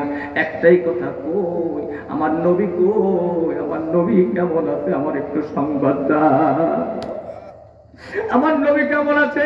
দৌড়াইতে দৌড়াইতে যুদ্ধের এক পাহাড়ে, ওদের পাহাড়ের নিচে দেখতেছে সাহাবায়ে কেরাম বেষ্টনী দিয়ে রাখছে। বেষ্টনীর মধ্যে আল্লাহর নবী, ওই মহিলা কাছাকাছি দেয়। আব্দুল্লাহ বিন জমুর স্ত্রী যখনই আল্লাহর নবীকে দেখলেন, সাথে সাথে মুস্কি হাসি দিলেন, চোখ মুছলেন, ডাক দিয়ে বলে, পয়গম্বর আমি যখন আসতেছিলাম বারবার আমার কানে আসতেছিল আমার স্বামী শহীদ হয়ে গেছে, আমার 4টা ছেলেই শহীদ হয়ে গেছে। একটু চিন্তা করেন, ঈমান কাকে বলে? তারা কোন জান্নাতে যাবে? তারা কোন জান্নাতে যাবে? শুনতেছে 4টা ছেলে শহীদ, কানে যায় না। লা ইউমিনু আহাদুকুম হাত্তা কুনা আহাব্বা ইলাইহি মিন ওয়ালিদিহি ওয়া ওয়ালাদিহি ওয়ান নাসি আজমাইন। তোমার সন্তান সন্ততি, স্ত্রী পরিজন, পিতা মাতা, ভাই বোন, আত্মীয় স্বজন, ক্ষমতা, চাকরি বাকরি, বাড়ি গাড়ি, ব্যাংক ব্যালেন্স, সবকিছুর চাইতে ভালোবাসা থাকবে কার জন্য? আল্লাহ রাসূল, আল্লাহর জন্য, রাসূলের জন্য। ওই মহিলা দেখাই দিল, ডাক দেয়া বলে, ইয়া রাসূলুল্লাহ আপনাকে যখন দেখলাম আমার স্বামী হারা সব কষ্ট, আমার সন্তান হারা সব কষ্ট আমার দূর হয়ে গেল। আল্লাহ কয়, এরা হলো সাদিকুন, সত্যবাদী, যারা ঈমানের উপরে এমন স্থির থাকে, তোমরা তাদের সঙ্গী হয়ে যাও, তোমরা তাদের সঙ্গী হয়ে যাও। যারা গোলালু মার্কা, যারা 2 টাকার চায়ের বিনিময়ে ঈমান বিক্রি করতে পারে, তোমরা তাদের সঙ্গী হয়েও। সম্মানিত ভাইয়েরা, আমরা জান্নাত চাই, কথা বলে ঠিক কিনা? আমরা আস্তে আস্তে করে শেষের দিকে চলে যাব। আমরা জান্নাত পেতে চাই। এই আয়োজন, এখানে বসছেন কোন দুনিয়ার উদ্দেশ্যে? এখানে আমরা আসছি কেন? এই মাহফিলটা আয়োজন করেছে, সুন্দর মিলন মেলা বানাইছে, টাকা খরচ করছে, সবকিছুর উদ্দেশ্য হলো আমাদের জান্নাত, কথা বলে ঠিক কিনা? আপনারা কষ্ট করে এসেছেন, আমরা জান্নাত নিয়ে বাড়ি যেতে চাই। জান্নাত কেমনে পাবো? ছোট্ট 2-3টা কথা খুব ভালো করে। মুত্তাকি সাদিকুন কারা? মুত্তাকি কারা? মুত্তাকি ছাড়া জান্নাত হবে না, সত্যবাদী ছাড়া জান্নাত হবে না। তাহলে মুত্তাকি কারা, সত্যবাদী কারা? ভালো করে একটা পয়েন্ট খেয়াল করেন। ওই যে শুরু থেকে আমরা ইসলামকে বুঝি নাই পরিপূর্ণ জায়গায়। ইসলাম বুঝেছি আমরা কয়েকটা খণ্ডিত কিছু ইবাদত বন্দেগীর মধ্যে, কিন্তু বান্দার হক, আল্লাহর হক, নবীর হক, বিভিন্ন হক আছে, এই সবগুলোই ইসলাম। কথা বলেন ঠিক কিনা? আল্লাহর হকের জন্য আল্লাহ ছাড় দেয়, বান্দার হককে আল্লাহ ছাড় দেয় না, ছাড়ে না। নবীজির হক নবী ছাড়ে দেয়, বান্দার হক আল্লাহ ছাড়ে না। আল্লাহর হক আল্লাহ কেমনে ছাড়ে? এটা ইসলাম বুঝি আমরা।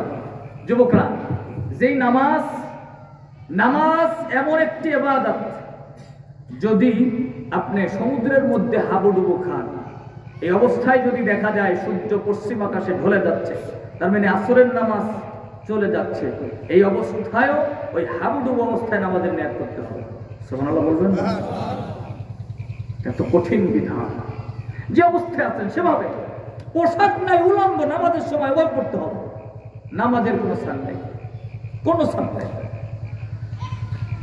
এত কঠিন নামাজ, আজান হয়েছে, জামাতে যেতে হবে। আপনি জামাতে রওনা দিলেন, দেখলেন পাশে পুকুরে ব্যারের মধ্যে আপনার প্রতিবেশী একটা সন্তান, ছোট্ট একটা মেয়ে বা ছেলে পানিতে করে হাবুডুবু খাচ্ছে, তখন আপনার দায়িত্ব কি? বলেন বলেন বলেন কি? সবাই তো বলতেছেন না কেন? আপনাদের কি মনে হয় সেটাই বলেন। আপনি কি জামাতে চলে আসবেন জামাত ধরার জন্য, তাকবীরুল্লাহ ধরতে নাকি? তাকবীরুল্লাহ ছুটে গেলে ক্ষতি হয়ে যাবে, কি করবেন আপনি? অনেকের কাছে মনে হচ্ছে যে আমার তাকবীরুল্লাহ ধরতে হবে, এই জন্য কথা বলছেন। ইসলাম মানবতার ধর্ম। ইসলামকে যদি আপনি সঠিকভাবে পৌঁছাতে পারতেন, বললাম না, ওটা অমুসলিম ইসলাম গ্রহণ করে রাসূলুল্লাহর আদর্শ দেখে ইসলাম কেমনে গ্রহণ করে। ইহুদির বাচ্চা মসজিদের নববীতে পোশাক করতেছে, হযরত ওমর বলতেছে বলেন কল্লা আলাদা করে ফেলি। আল্লাহর নবী কয় ওমর খবরদার, বসো। ইহুদিকে ডাক দিলেন, এই ভাই তুমি এখানে প্রস্তাব করছো কেন? তুমি জানো এটা কি আমাদের ইবাদতের জায়গা? তোমার ইবাদতের জায়গায় যদি আমরা প্রস্তাব করতাম কি করতাম? বলে মারি ফেলতাম। তো বলছে আমরা তোমাকে কিচ্ছু করবো না। ইহুদি বলতেছে এটাই যদি আদর্শ হয়, এটাই যদি কোনো ধর্ম হয়, তাহলে আমি আর দেরি করবো না, আমাকে এখনই কালেমা পড়ায় মুসলমান বানায়। এজন্য আমাদের কেউ মারলে আমরা মারবো। আজকের থেকে বলেন, আমাকে কেউ মারলে আমি তারে মারবো, আমাকে কেউ গালি দিলে আমি তারে গালি দিব। কোন লস আছে তাতে? পুরাটাই লাভ। সুবহানাল্লাহ বলেন, পুরাটাই লাভ। কিন্তু খুব কঠিন, বলা সহজ, করা কি কঠিন। প্রিয় ভাইরা আমার, যেই কথা বলছিলাম, তাহলে আপনার তখন দায়িত্ব হলো ওই বাচ্চাটাকে তুলবেন, কুলে নেবেন, এরপরে প্রয়োজনে হসপিটালে পর্যন্ত নিয়ে নেবেন। দেখবেন নর মা বাপ কোথায় আছে, এই হসপিটালে নিতে যাই টাকা যা লাগবে খরচ করবেন।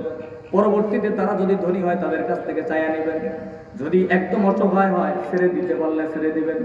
আপনি যে এই হসপিটালে নিয়ে গেলেন, তারে ট্রিটমেন্ট করলেন, এমার্জেন্সিতে নিয়ে গেলেন, এই বাচ্চাটা যদি বেঁচে যায়, এই কাজ করতে আপনার 2 ওয়াক্ত নামাজ ছুটে গেছে, কিয়ামতের ময়দানে আল্লাহ এই নামাজের জন্য আপনাকে ধরবে না।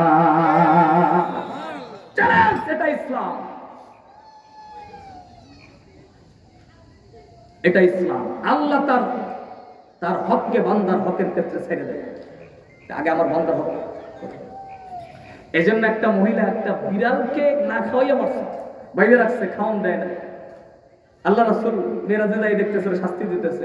জিবরাইলকে জিজ্ঞেস করে, জিবরাইল এর কিসের জন্য শাস্তি দেয়? বলি ইয়া রাসূলুল্লাহ, আপনার উম্মতের মধ্যে মহিলাটা বিড়ালকে বাইরে রাখছে, বুখারীর বর্ণনা আছে, খাবার দেয় না।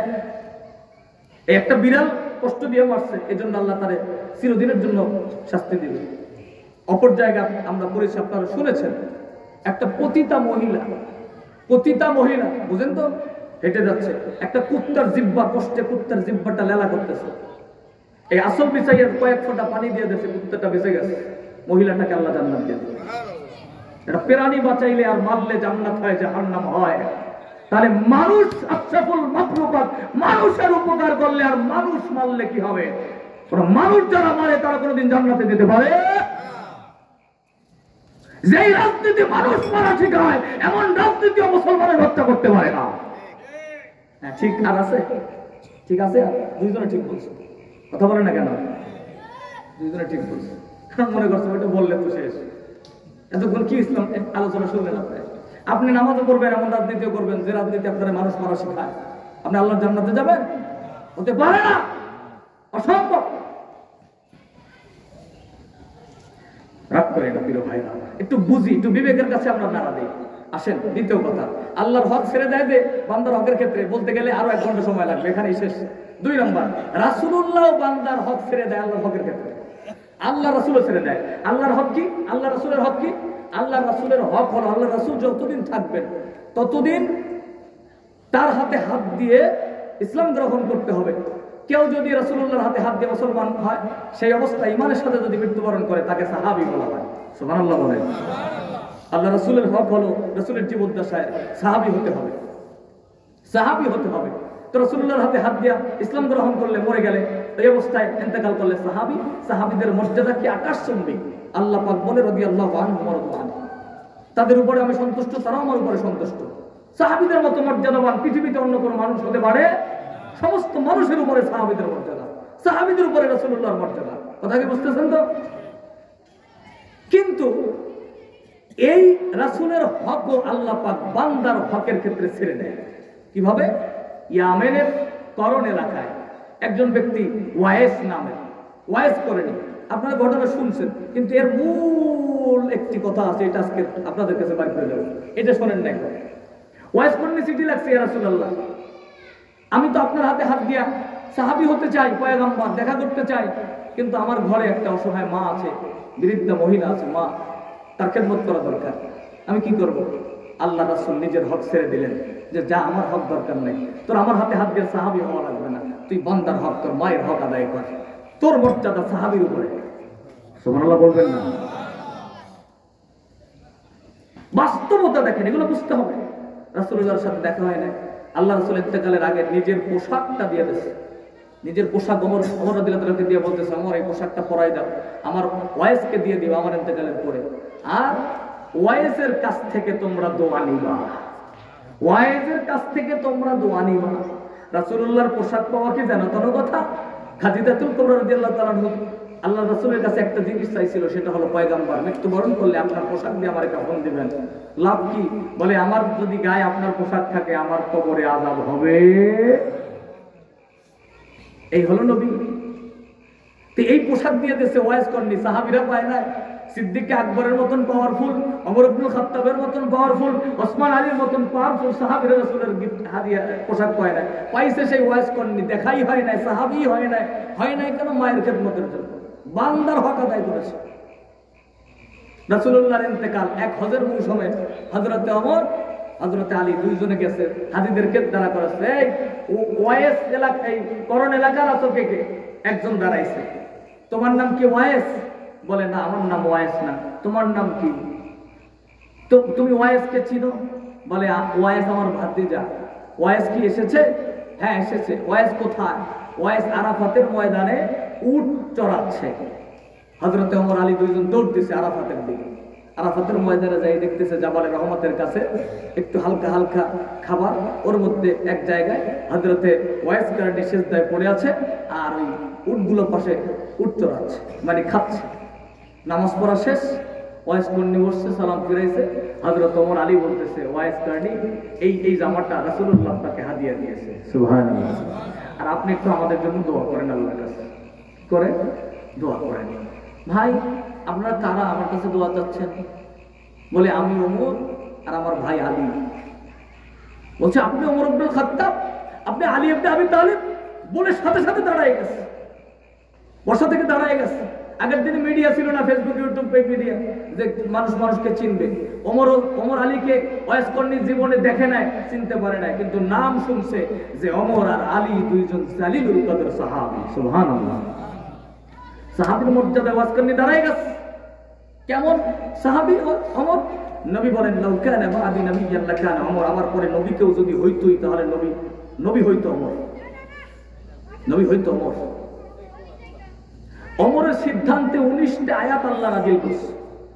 সবচাইতে কাটটা মুনাফিকের নাম আব্দুল্লাহ ইবনে সালুল। রাসূলুল্লাহর পিছনে নামাজ পড়তো, কিন্তু মুনাফিকের কাতারে সর্দার, জাহান্নামের তলদেশে যাবে। বুঝেন কিছু? নামাজ পড়তো রাসূলুল্লাহর পিছনে, সবকিছু রাসূলের মতো, কিন্তু মুনাফিকের সর্দার। এই মুনাফিকটা মারা যাওয়ার পরে ওর ছেলে আব্দুল্লাহ আসছে, ইয়া রাসূলুল্লাহ আমিও জানি বাপ মুনাফিক ছিল, আপনিও জানেন, কিন্তু আমি চাই আপনি একটু জানাজা পড়াবেন। আল্লাহ রাসূল নরম হৃদয়ের মানুষ, রহমতের নবী, রাজি হয়ে গেছে। কিন্তু পাশে ওমর দাঁড়ায় বলতেছে, নবী আপনি পারেন না এটা করতে। এত বড় কাট্টা মুনাফিকের জানাজা আপনি পড়াইতে পারেন না। হযরত ওমর বলার সাথে সাথে আল্লাহ রাব্বুল আলামিন আয়াত নাযিল করে দিয়েছে, ওয়ালা তুসাল্লি আলা আহাদিম মিনহুম মাতা আবাদাও ওয়ালা তাকুম আলা কবরি। হে নবী খবরদার, আপনি এই রকমের মুনাফিকদের জানাজা পড়াবেন না, তাদের কবরের পাশে দাঁড়ায়া দোয়া করবেন না। আজকে যদি গোটা ইমাম আল্লাহ রাসূলের মুসআল্লায় মেম্বারে বসে যারা খুতবা দেয়, গোটা পৃথিবীর ইমামরা যদি এভাবে আল্লাহ রাসূলের মতন শক্ত হতো, ওমরের মতন শক্ত হতো, চাকরি ঠেকানোর ভয় না করে যদি মুনাফিকগুলার জানাজা না পড়াইতো, বাংলার জমিনে কেউ মুনাফিক থাকতে পারতো না। 19টা আয়াত নাযিল হয়েছে। এত বড় সাহাবী হযরতে আলী কেমন সাহাবী? হযরতে আলী রাদিয়াল্লাহু তাআলার ব্যাপারে রাসূল বলে, আনা মাদিনাতুল ইলমি ওয়া আলিয়ুন বাবুহা, আমি মদিনার শহর আর এই শহরে ঢোকার দরজা আমার আলী। এত পাওয়ারফুল দুইজন সাহাবী বলতেছে আপনি আমাদের জন্য দোয়া করেন। ওয়াইজ করলে অবাক হয়ে গেছে, ওয়াইজ করলে দোয়া করলেন, বলছে আপনারা এত বড় সাহাবী আমার কাছে দোয়া চান কেন? ওমর আলী বলে, ভাই আমাদের দোয়া কবুল হতেও পারে না হতে পারে, কিন্তু তোমার দোয়া কবুল হবে তাতে কোনো সন্দেহ নাই। দোয়া করলেন। তাফসীরে পড়েছি ওয়াইজ করনি যখন ইন্তেকাল করলেন, কিয়ামতের ময়দানে হিসাব নিকাশের পরে ওয়াইজ করনি যখন জান্নাতের দিকে যাবে, জান্নাতের কাছাকাছি যাওয়ার পরে দরজাটা টাস করে পড়ে যাবে, বন্ধ হয়ে যাবে। ওয়াইজ করনি অবাক হয়ে যাবে, অবাক হয়ে ডাক দিয়ে বলবে, আল্লাহ আমার জন্য জান্নাতের দরজা বন্ধ হয়ে গেল কেন? আল্লাহ পাক ডাক দিয়ে বলবে, একটু পিছনে তাকাও। ওয়াইজ করনি পিছনে তাকায় দেখবে বিশাল একটা সিরিয়াল, বিশাল একটা লাইন দেখা যায়। আল্লাহ পাক বলবে, ওয়াইজ রে এই যে লাইনটা দেখতেছো, এই লাইনে যারা দাঁড়ায় আছে প্রত্যেকটা জাহান্নামের কাতারে নাম লেখাইছে, প্রত্যেকের নাম আমি আল্লাহ জাহান্নামের কাতারে লেখায় ফেলছি। ওয়াইজ করনি এবার তুমি পিছনে তাকায়া তোমার আঙ্গুল দিয়ে ইশারা করবা, যার যার দিকে ইশারা করবা, তারে তারে আমি আল্লাহ জাহান্নাম থেকে নাম কাটায়া জান্নাতে ঢুকায়া দেব। এই ক্ষমতা পাওয়ার সম্মান তোমারে আমি দিলাম বান্দার হক আদায়ের জন্য। সুবহানাল্লাহ বলবেন না? তোমার আঙ্গুলের ইশারায় জান্নাত হয়ে যাবে। এই পাওয়ার দিলাম, সাহাবী হও না কিন্তু তুমি বান্দার হক আদায় করেছো, মায়ের খেদমত করেছো। সুবহানাল্লাহ বলে। হ্যাঁ না না, আলহামদুলিল্লাহ আপনাদের জন্য মেহমানদারির ব্যবস্থা আছে, আলহামদুলিল্লাহ কষ্ট করে আসছেন, সবাই আমরা মেহমানদারি করে যাব, ঠিক কিনা? তাবারকের ব্যবস্থা আছে, সবাই মোনাজাত করে যাব তো নাকি? যাব? কষ্ট হচ্ছে আপনাদের? এই যুবকরা কষ্ট হচ্ছে? আমি একদম শেষের দিকে এখনই মোনাজাতের দিকে চলে যাবো ইনশাআল্লাহ, 11টা পার হয়ে গেছে। তাহলে আজকের থেকে সিদ্ধান্ত নেন। কি সিদ্ধান্ত নেবেন? যে আমরা কোনো মানুষের হক নষ্ট করব, কোনো মানুষকে কষ্ট দিব না। মানুষের হক নষ্ট করে আপনি 100 বার হজ করেন, বছরে বছরে উমরা করেন, বাইতুল্লাহ ইমামের পিছনে ইতিকাফ করে, টাকা থাকলে ক্ষমতাশীলরা করতে পারে, আবার ওদিকে ব্যাংকের টাকা লুটপাট করে সব ব্যাংকগুলো ফকির বানায় ফেলে, কোনো লাভ আছে? কোনো লাভ নাই।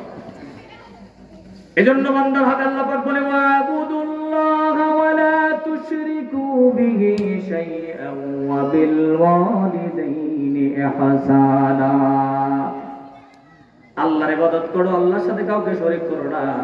এরপরে আল্লাহ পাক বলে তুমি তোমার পিতামাতা, এরপরে বিদিল কুরবা ওয়াল ইয়াতামা ওয়াল মাসাকিন, আত্মীয়-স্বজন, প্রতিবেশী, পাড়া প্রতিবেশী, এতিম মিসকিনের হক আদায় করো। আল্লাহর পরেই আল্লাহ পাক অন্যের হক আদায়ের কথা বলেছে। সম্মানিত ভাইরা, আমরা কি জান্নাতে যেতে চাই? জান্নাতে যেতে হইলে এভাবে মুত্তাকি হতে হবে, আল্লাহকে ভয় করে চলতে হবে। এক জায়গায় না, সব জায়গায়। রমজানের দিনে আল্লাহকে ভয় করব, নাকি যখন অন্যরে ঠকাবো তখন আল্লাহকে ভয় করব? মানে ঠকানো থেকে বাঁচার জন্য আল্লাহকে ভয় করতে হবে নাকি? আপনি যখন সুদের সাথে লেনদেন করবেন তখন আল্লাহকে ভয় করা যাবে? আল্লাহকে ভয় করতে হবে সুদ থেকে বেঁচে। কথা বলে ঠিক না? আহারে, আল্লাহ পাক বলেন যারা সুদের সাথে লেনদেন করে আমি আল্লাহ তাদের সাথে যুদ্ধ ঘোষণা করি। কোরআন বলছে তাদেরকে কি করি? যুদ্ধ করি। আল্লাহ যুদ্ধ করে সুদ করতেছে। আমি নামাজি কিন্তু ওখানে আমার ইসলাম নাই।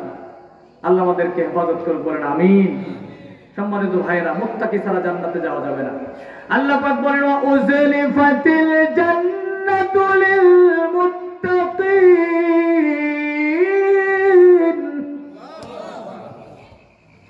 وأزلفت الجنة للمتقين غير بعيد আল্লাহ পাক বলেন মুত্তাকিদের কাছ থেকে আমি জান্নাতকে দূরে রাখবো না, বরং মুত্তাকিদের আমি জান্নাতকে খুব কাছাকাছি রাখবো। এই জন্য প্রিয় ভাইরা আমার, আমরা জান্নাতে যেতে চাই, আল্লাহর ভয় অন্তরের মধ্যে গালেব করতে হবে, আল্লাহর ভয়টা ঢুকায় নিতে হবে। দুনিয়ার কেউ যেটা দেখে না সেটা যিনি দেখেন তিনি কে? দুনিয়ার কেউ যেটা শুনে না সেটা যিনি শুনেন তিনি কে? আল্লাহর ভয় কেমনে দেখেন? কোরআন শোনার পরে আল্লাহর ভয়, কোরআন শোনার পরে এবার আমাদের সিদ্ধান্তের পরিবর্তন হতে হবে। কেমনে? ছোট্ট এবার কথা, সূরা আলে ইমরান 134 নম্বর আয়াত। হযরত ওমর প্রেসিডেন্ট, হযরত ওমর কি প্রেসিডেন্ট, মন্ত্রী পরিষদ, সংসদ অধিবেশন, আমাদের দেশে সংসদ অধিবেশন হয় না? সংসদ অধিবেশন ডাক দিল মন্ত্রীদেরকে, চিঠি লিখছে অমুক দিন সংসদ অধিবেশন হবে, তোমরা সবাই আসবে। মন্ত্রীদের মধ্যে একজন ছিল হুর বিন কায়েস। এই হুর ইবনে কায়েস আসছে, সংসদ অধিবেশনে যাবে। এটা মুরব্বী চাচা, হুর ইবনে কায়েসের চাচা। চাচা মূর্খ মানুষ, পড়াশোনা জানে না। চাচা বলতেছে, ভাতিজা তুই সংসদে যাবি, আমারে নিয়ে যা। আমি তাফসীর থেকে কথা বলতেছি, কোনো কেচ্ছা কাহিনী না এটা, কিন্তু এটা বাস্তব হযরত ওমরের জীবনে থেকে। চাচারে নিয়ে গেছে ভাতিজা সংসদ অধিবেশনে, চাচা এক পাশে বসা। এবার মূর্খ মানুষ, উনি তো সংসদ কিছু বোঝে না। হযরত ওমর সংসদ অধিবেশন চালাচ্ছে, স্পিকার কথা বলতেছে, চাচার বিরক্ত লাগছে। চাচা এক সময় এসে, এই যে দেখবেন শয়তান আমাদের অলরেডি বুঝতেছে, কোরআনের কথা ভালো লাগে না। আর ইমানদার যতই কোরআনের কথা শুনে অতই তাদের ইমান বেড়ে যায়। সুবহানাল্লাহ বলবেন না? ওই চাচা মূর্খ মানুষ, উনি সংসদের বুঝে কি, এই জন্য সব জায়গায় সবাইরে মানায় না, সব জায়গায় সবাইরে নিতেও হয় না, সবার দিয়ে সবকিছু হয় না। চাচা যাইয়া হযরত ওমরের সামনে, আমিরুল মুমিনিন, অর্ধ পৃথিবীর প্রেসিডেন্ট, রানিং ক্ষমতাশীল, তার সামনে বলবে, এই ওমর কি সব শুরু করছে, এসব কি, এসব কি কিছু হয় এসব? হযরত ওমর গরম মানুষ, যারা দেখলে শয়তান পালাইতো, ওমর রাদিয়াল্লাহু আনহু সহ্য করতে পারলেন না। এত মানুষের মধ্যে কোত্থেকে আসছে? উনি দাঁড়ায় গেলেন, রাগ হয়ে গেলেন, তরবারি হাতে নিয়েছেন, বুড়ার কল্লা আলাদা করে ফেলবেন। এখন হুর ইবনে কায়েস, ভাতিজাত মন্ত্রী, তাকাই দেখতেছে, খাইছে রে খাইছে, চাচারে তো শেষ করে ফেলবে। ভাতিজা দেখেন কোরআন, কোরআন কাকে বলে? কেন রাসূল আল্লাহ বলছে আপনি ফাযাক্কির বিল কোরআনি মান ইয়াখাফু ওয়াইদ, কোরআন পড়েন, কোরআন অনুযায়ী জীবন করেন। কোরআন শেখেন, দেখবেন আপনি সব বুঝবেন। আমার আলোচনা আপনি সব বুঝবেন। আপনি কোরআন পড়েন, কোরআনের বাংলা অনুবাদ পড়া শুরু করেন। এগুলো সবার জন্য শেখা দায়িত্ব। কোরআন শুধু তাকের মধ্যে রেখে দেওয়ার জন্য আল্লাহ দেয় না। কোরআন রমজান মাসে তেলাওয়াতের জন্য দেয় না। কোরআন ইবাদতের জন্য, পড়ার জন্য, জানার জন্য আল্লাহ কি বলছে। হযরত হুর ইবনে কায়েস জানে যে কোরআন মানুষকে কিভাবে ঠান্ডা করে দেয়, আমার চাচারে বাঁচাইতে হবে। হযরত হুর ইবনে কায়েস হযরত ওমরের কাছাকাছি জায়গায় পড়া শুরু করে দিয়েছে কোরআন থেকে। সুবহানাল্লাহ বলে, কি পড়ে? আল্লাযীনা ইউনফিকুনা ফিস সাররাই ওয়াদ দাররা ওয়াল কাযিমিনাল গায়ব ওয়াল কাযিমিনাল গায়ব ওয়াল কাযিমিনাল গায়ব। বারবার হযরতে হুর ইবনে কায়েস পড়তেছে, ওয়াল কাযিমিনাল গায়ব। আল্লাহ পাক বলে সূরা আলে ইমরানের 134 নম্বর আয়াত, যারা মুত্তাকি তারা যেন তাদের রাগ কন্ট্রোল করে। এরকম সুবহানাল্লাহ। হযরত ওমর যখন শুনলো ওয়াল কাযিমিনাল গায়ব, ইমানদার কোরআন শুনলে কেমনে পরিবর্তন হয়, আর বেঈমান কোরআন শুনলে আরো ঘাটতারা হয়। ইমানদার হযরত ওমর যখনই শুনলো রাগ কন্ট্রোল করো, কোরআন শোনার সাথে সাথে তরবারিটা থরথর করে হাত দিয়ে পড়ে গেছে, বসে গেছে সাথে সাথে। এবার হযরতে হুর ইবনে কায়েস করতেছে, ওয়াল্লাফিনা লিন্নাস ওয়াল্লাফিনা লিন্নাস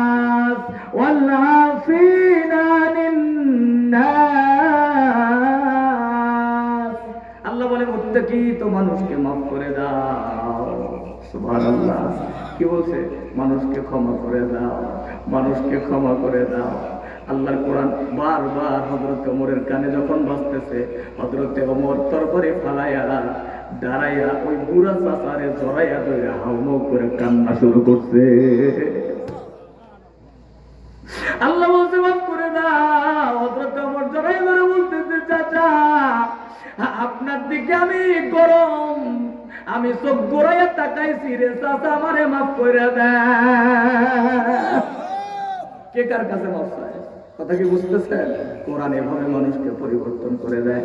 আসেন আমরা আল্লাহর কোরআন শুনে আজকের যতটুকু শুনলাম বুঝলাম, নিজের জীবনে মাইন্ডটাকে পরিবর্তন করে, একটু পরিবর্তন হয়, এখান থেকে বিদায় নেই, মুত্তাকির কাতারে আল্লাহর নামটা তুলে দেই। ও যুবক, দুনিয়ার কেউ যেটা দেখে না আল্লাহ দেখে, তিনি বসির। যখন গোপনে গুনাহে পরিবেশ আছে তখন দুনিয়ার কেউ দেখবে না, তখন যদি ভয় করা যায় আল্লাহ তো দেখবে। এখান থেকে যদি একটু ফিরে আসা যায় আল্লাহর ভয়, আল্লাহ বলে তোমার নাম আমি মুত্তাকির কাতারে লিখে জান্নাত দিয়ে দিব। আর 3 নম্বর কথা শেষ, যারা মুত্তাকি তাদের জীবনের যত অপরাধ আছে অপরাধের জন্য স্বীকৃতি দিতে হবে কার কাছে? আমরা জীবনে যত ভুল করছি, আমাদের জীবনে যাদের গুনাহ নাই তাদের জন্য কোনো কথা নাই, কিন্তু যারা জীবনে গুনাহ করেছি আজকের থেকে সিদ্ধান্ত নিতে হবে গুনাহের জন্য অনুতপ্ত হতে হবে। কার জন্য?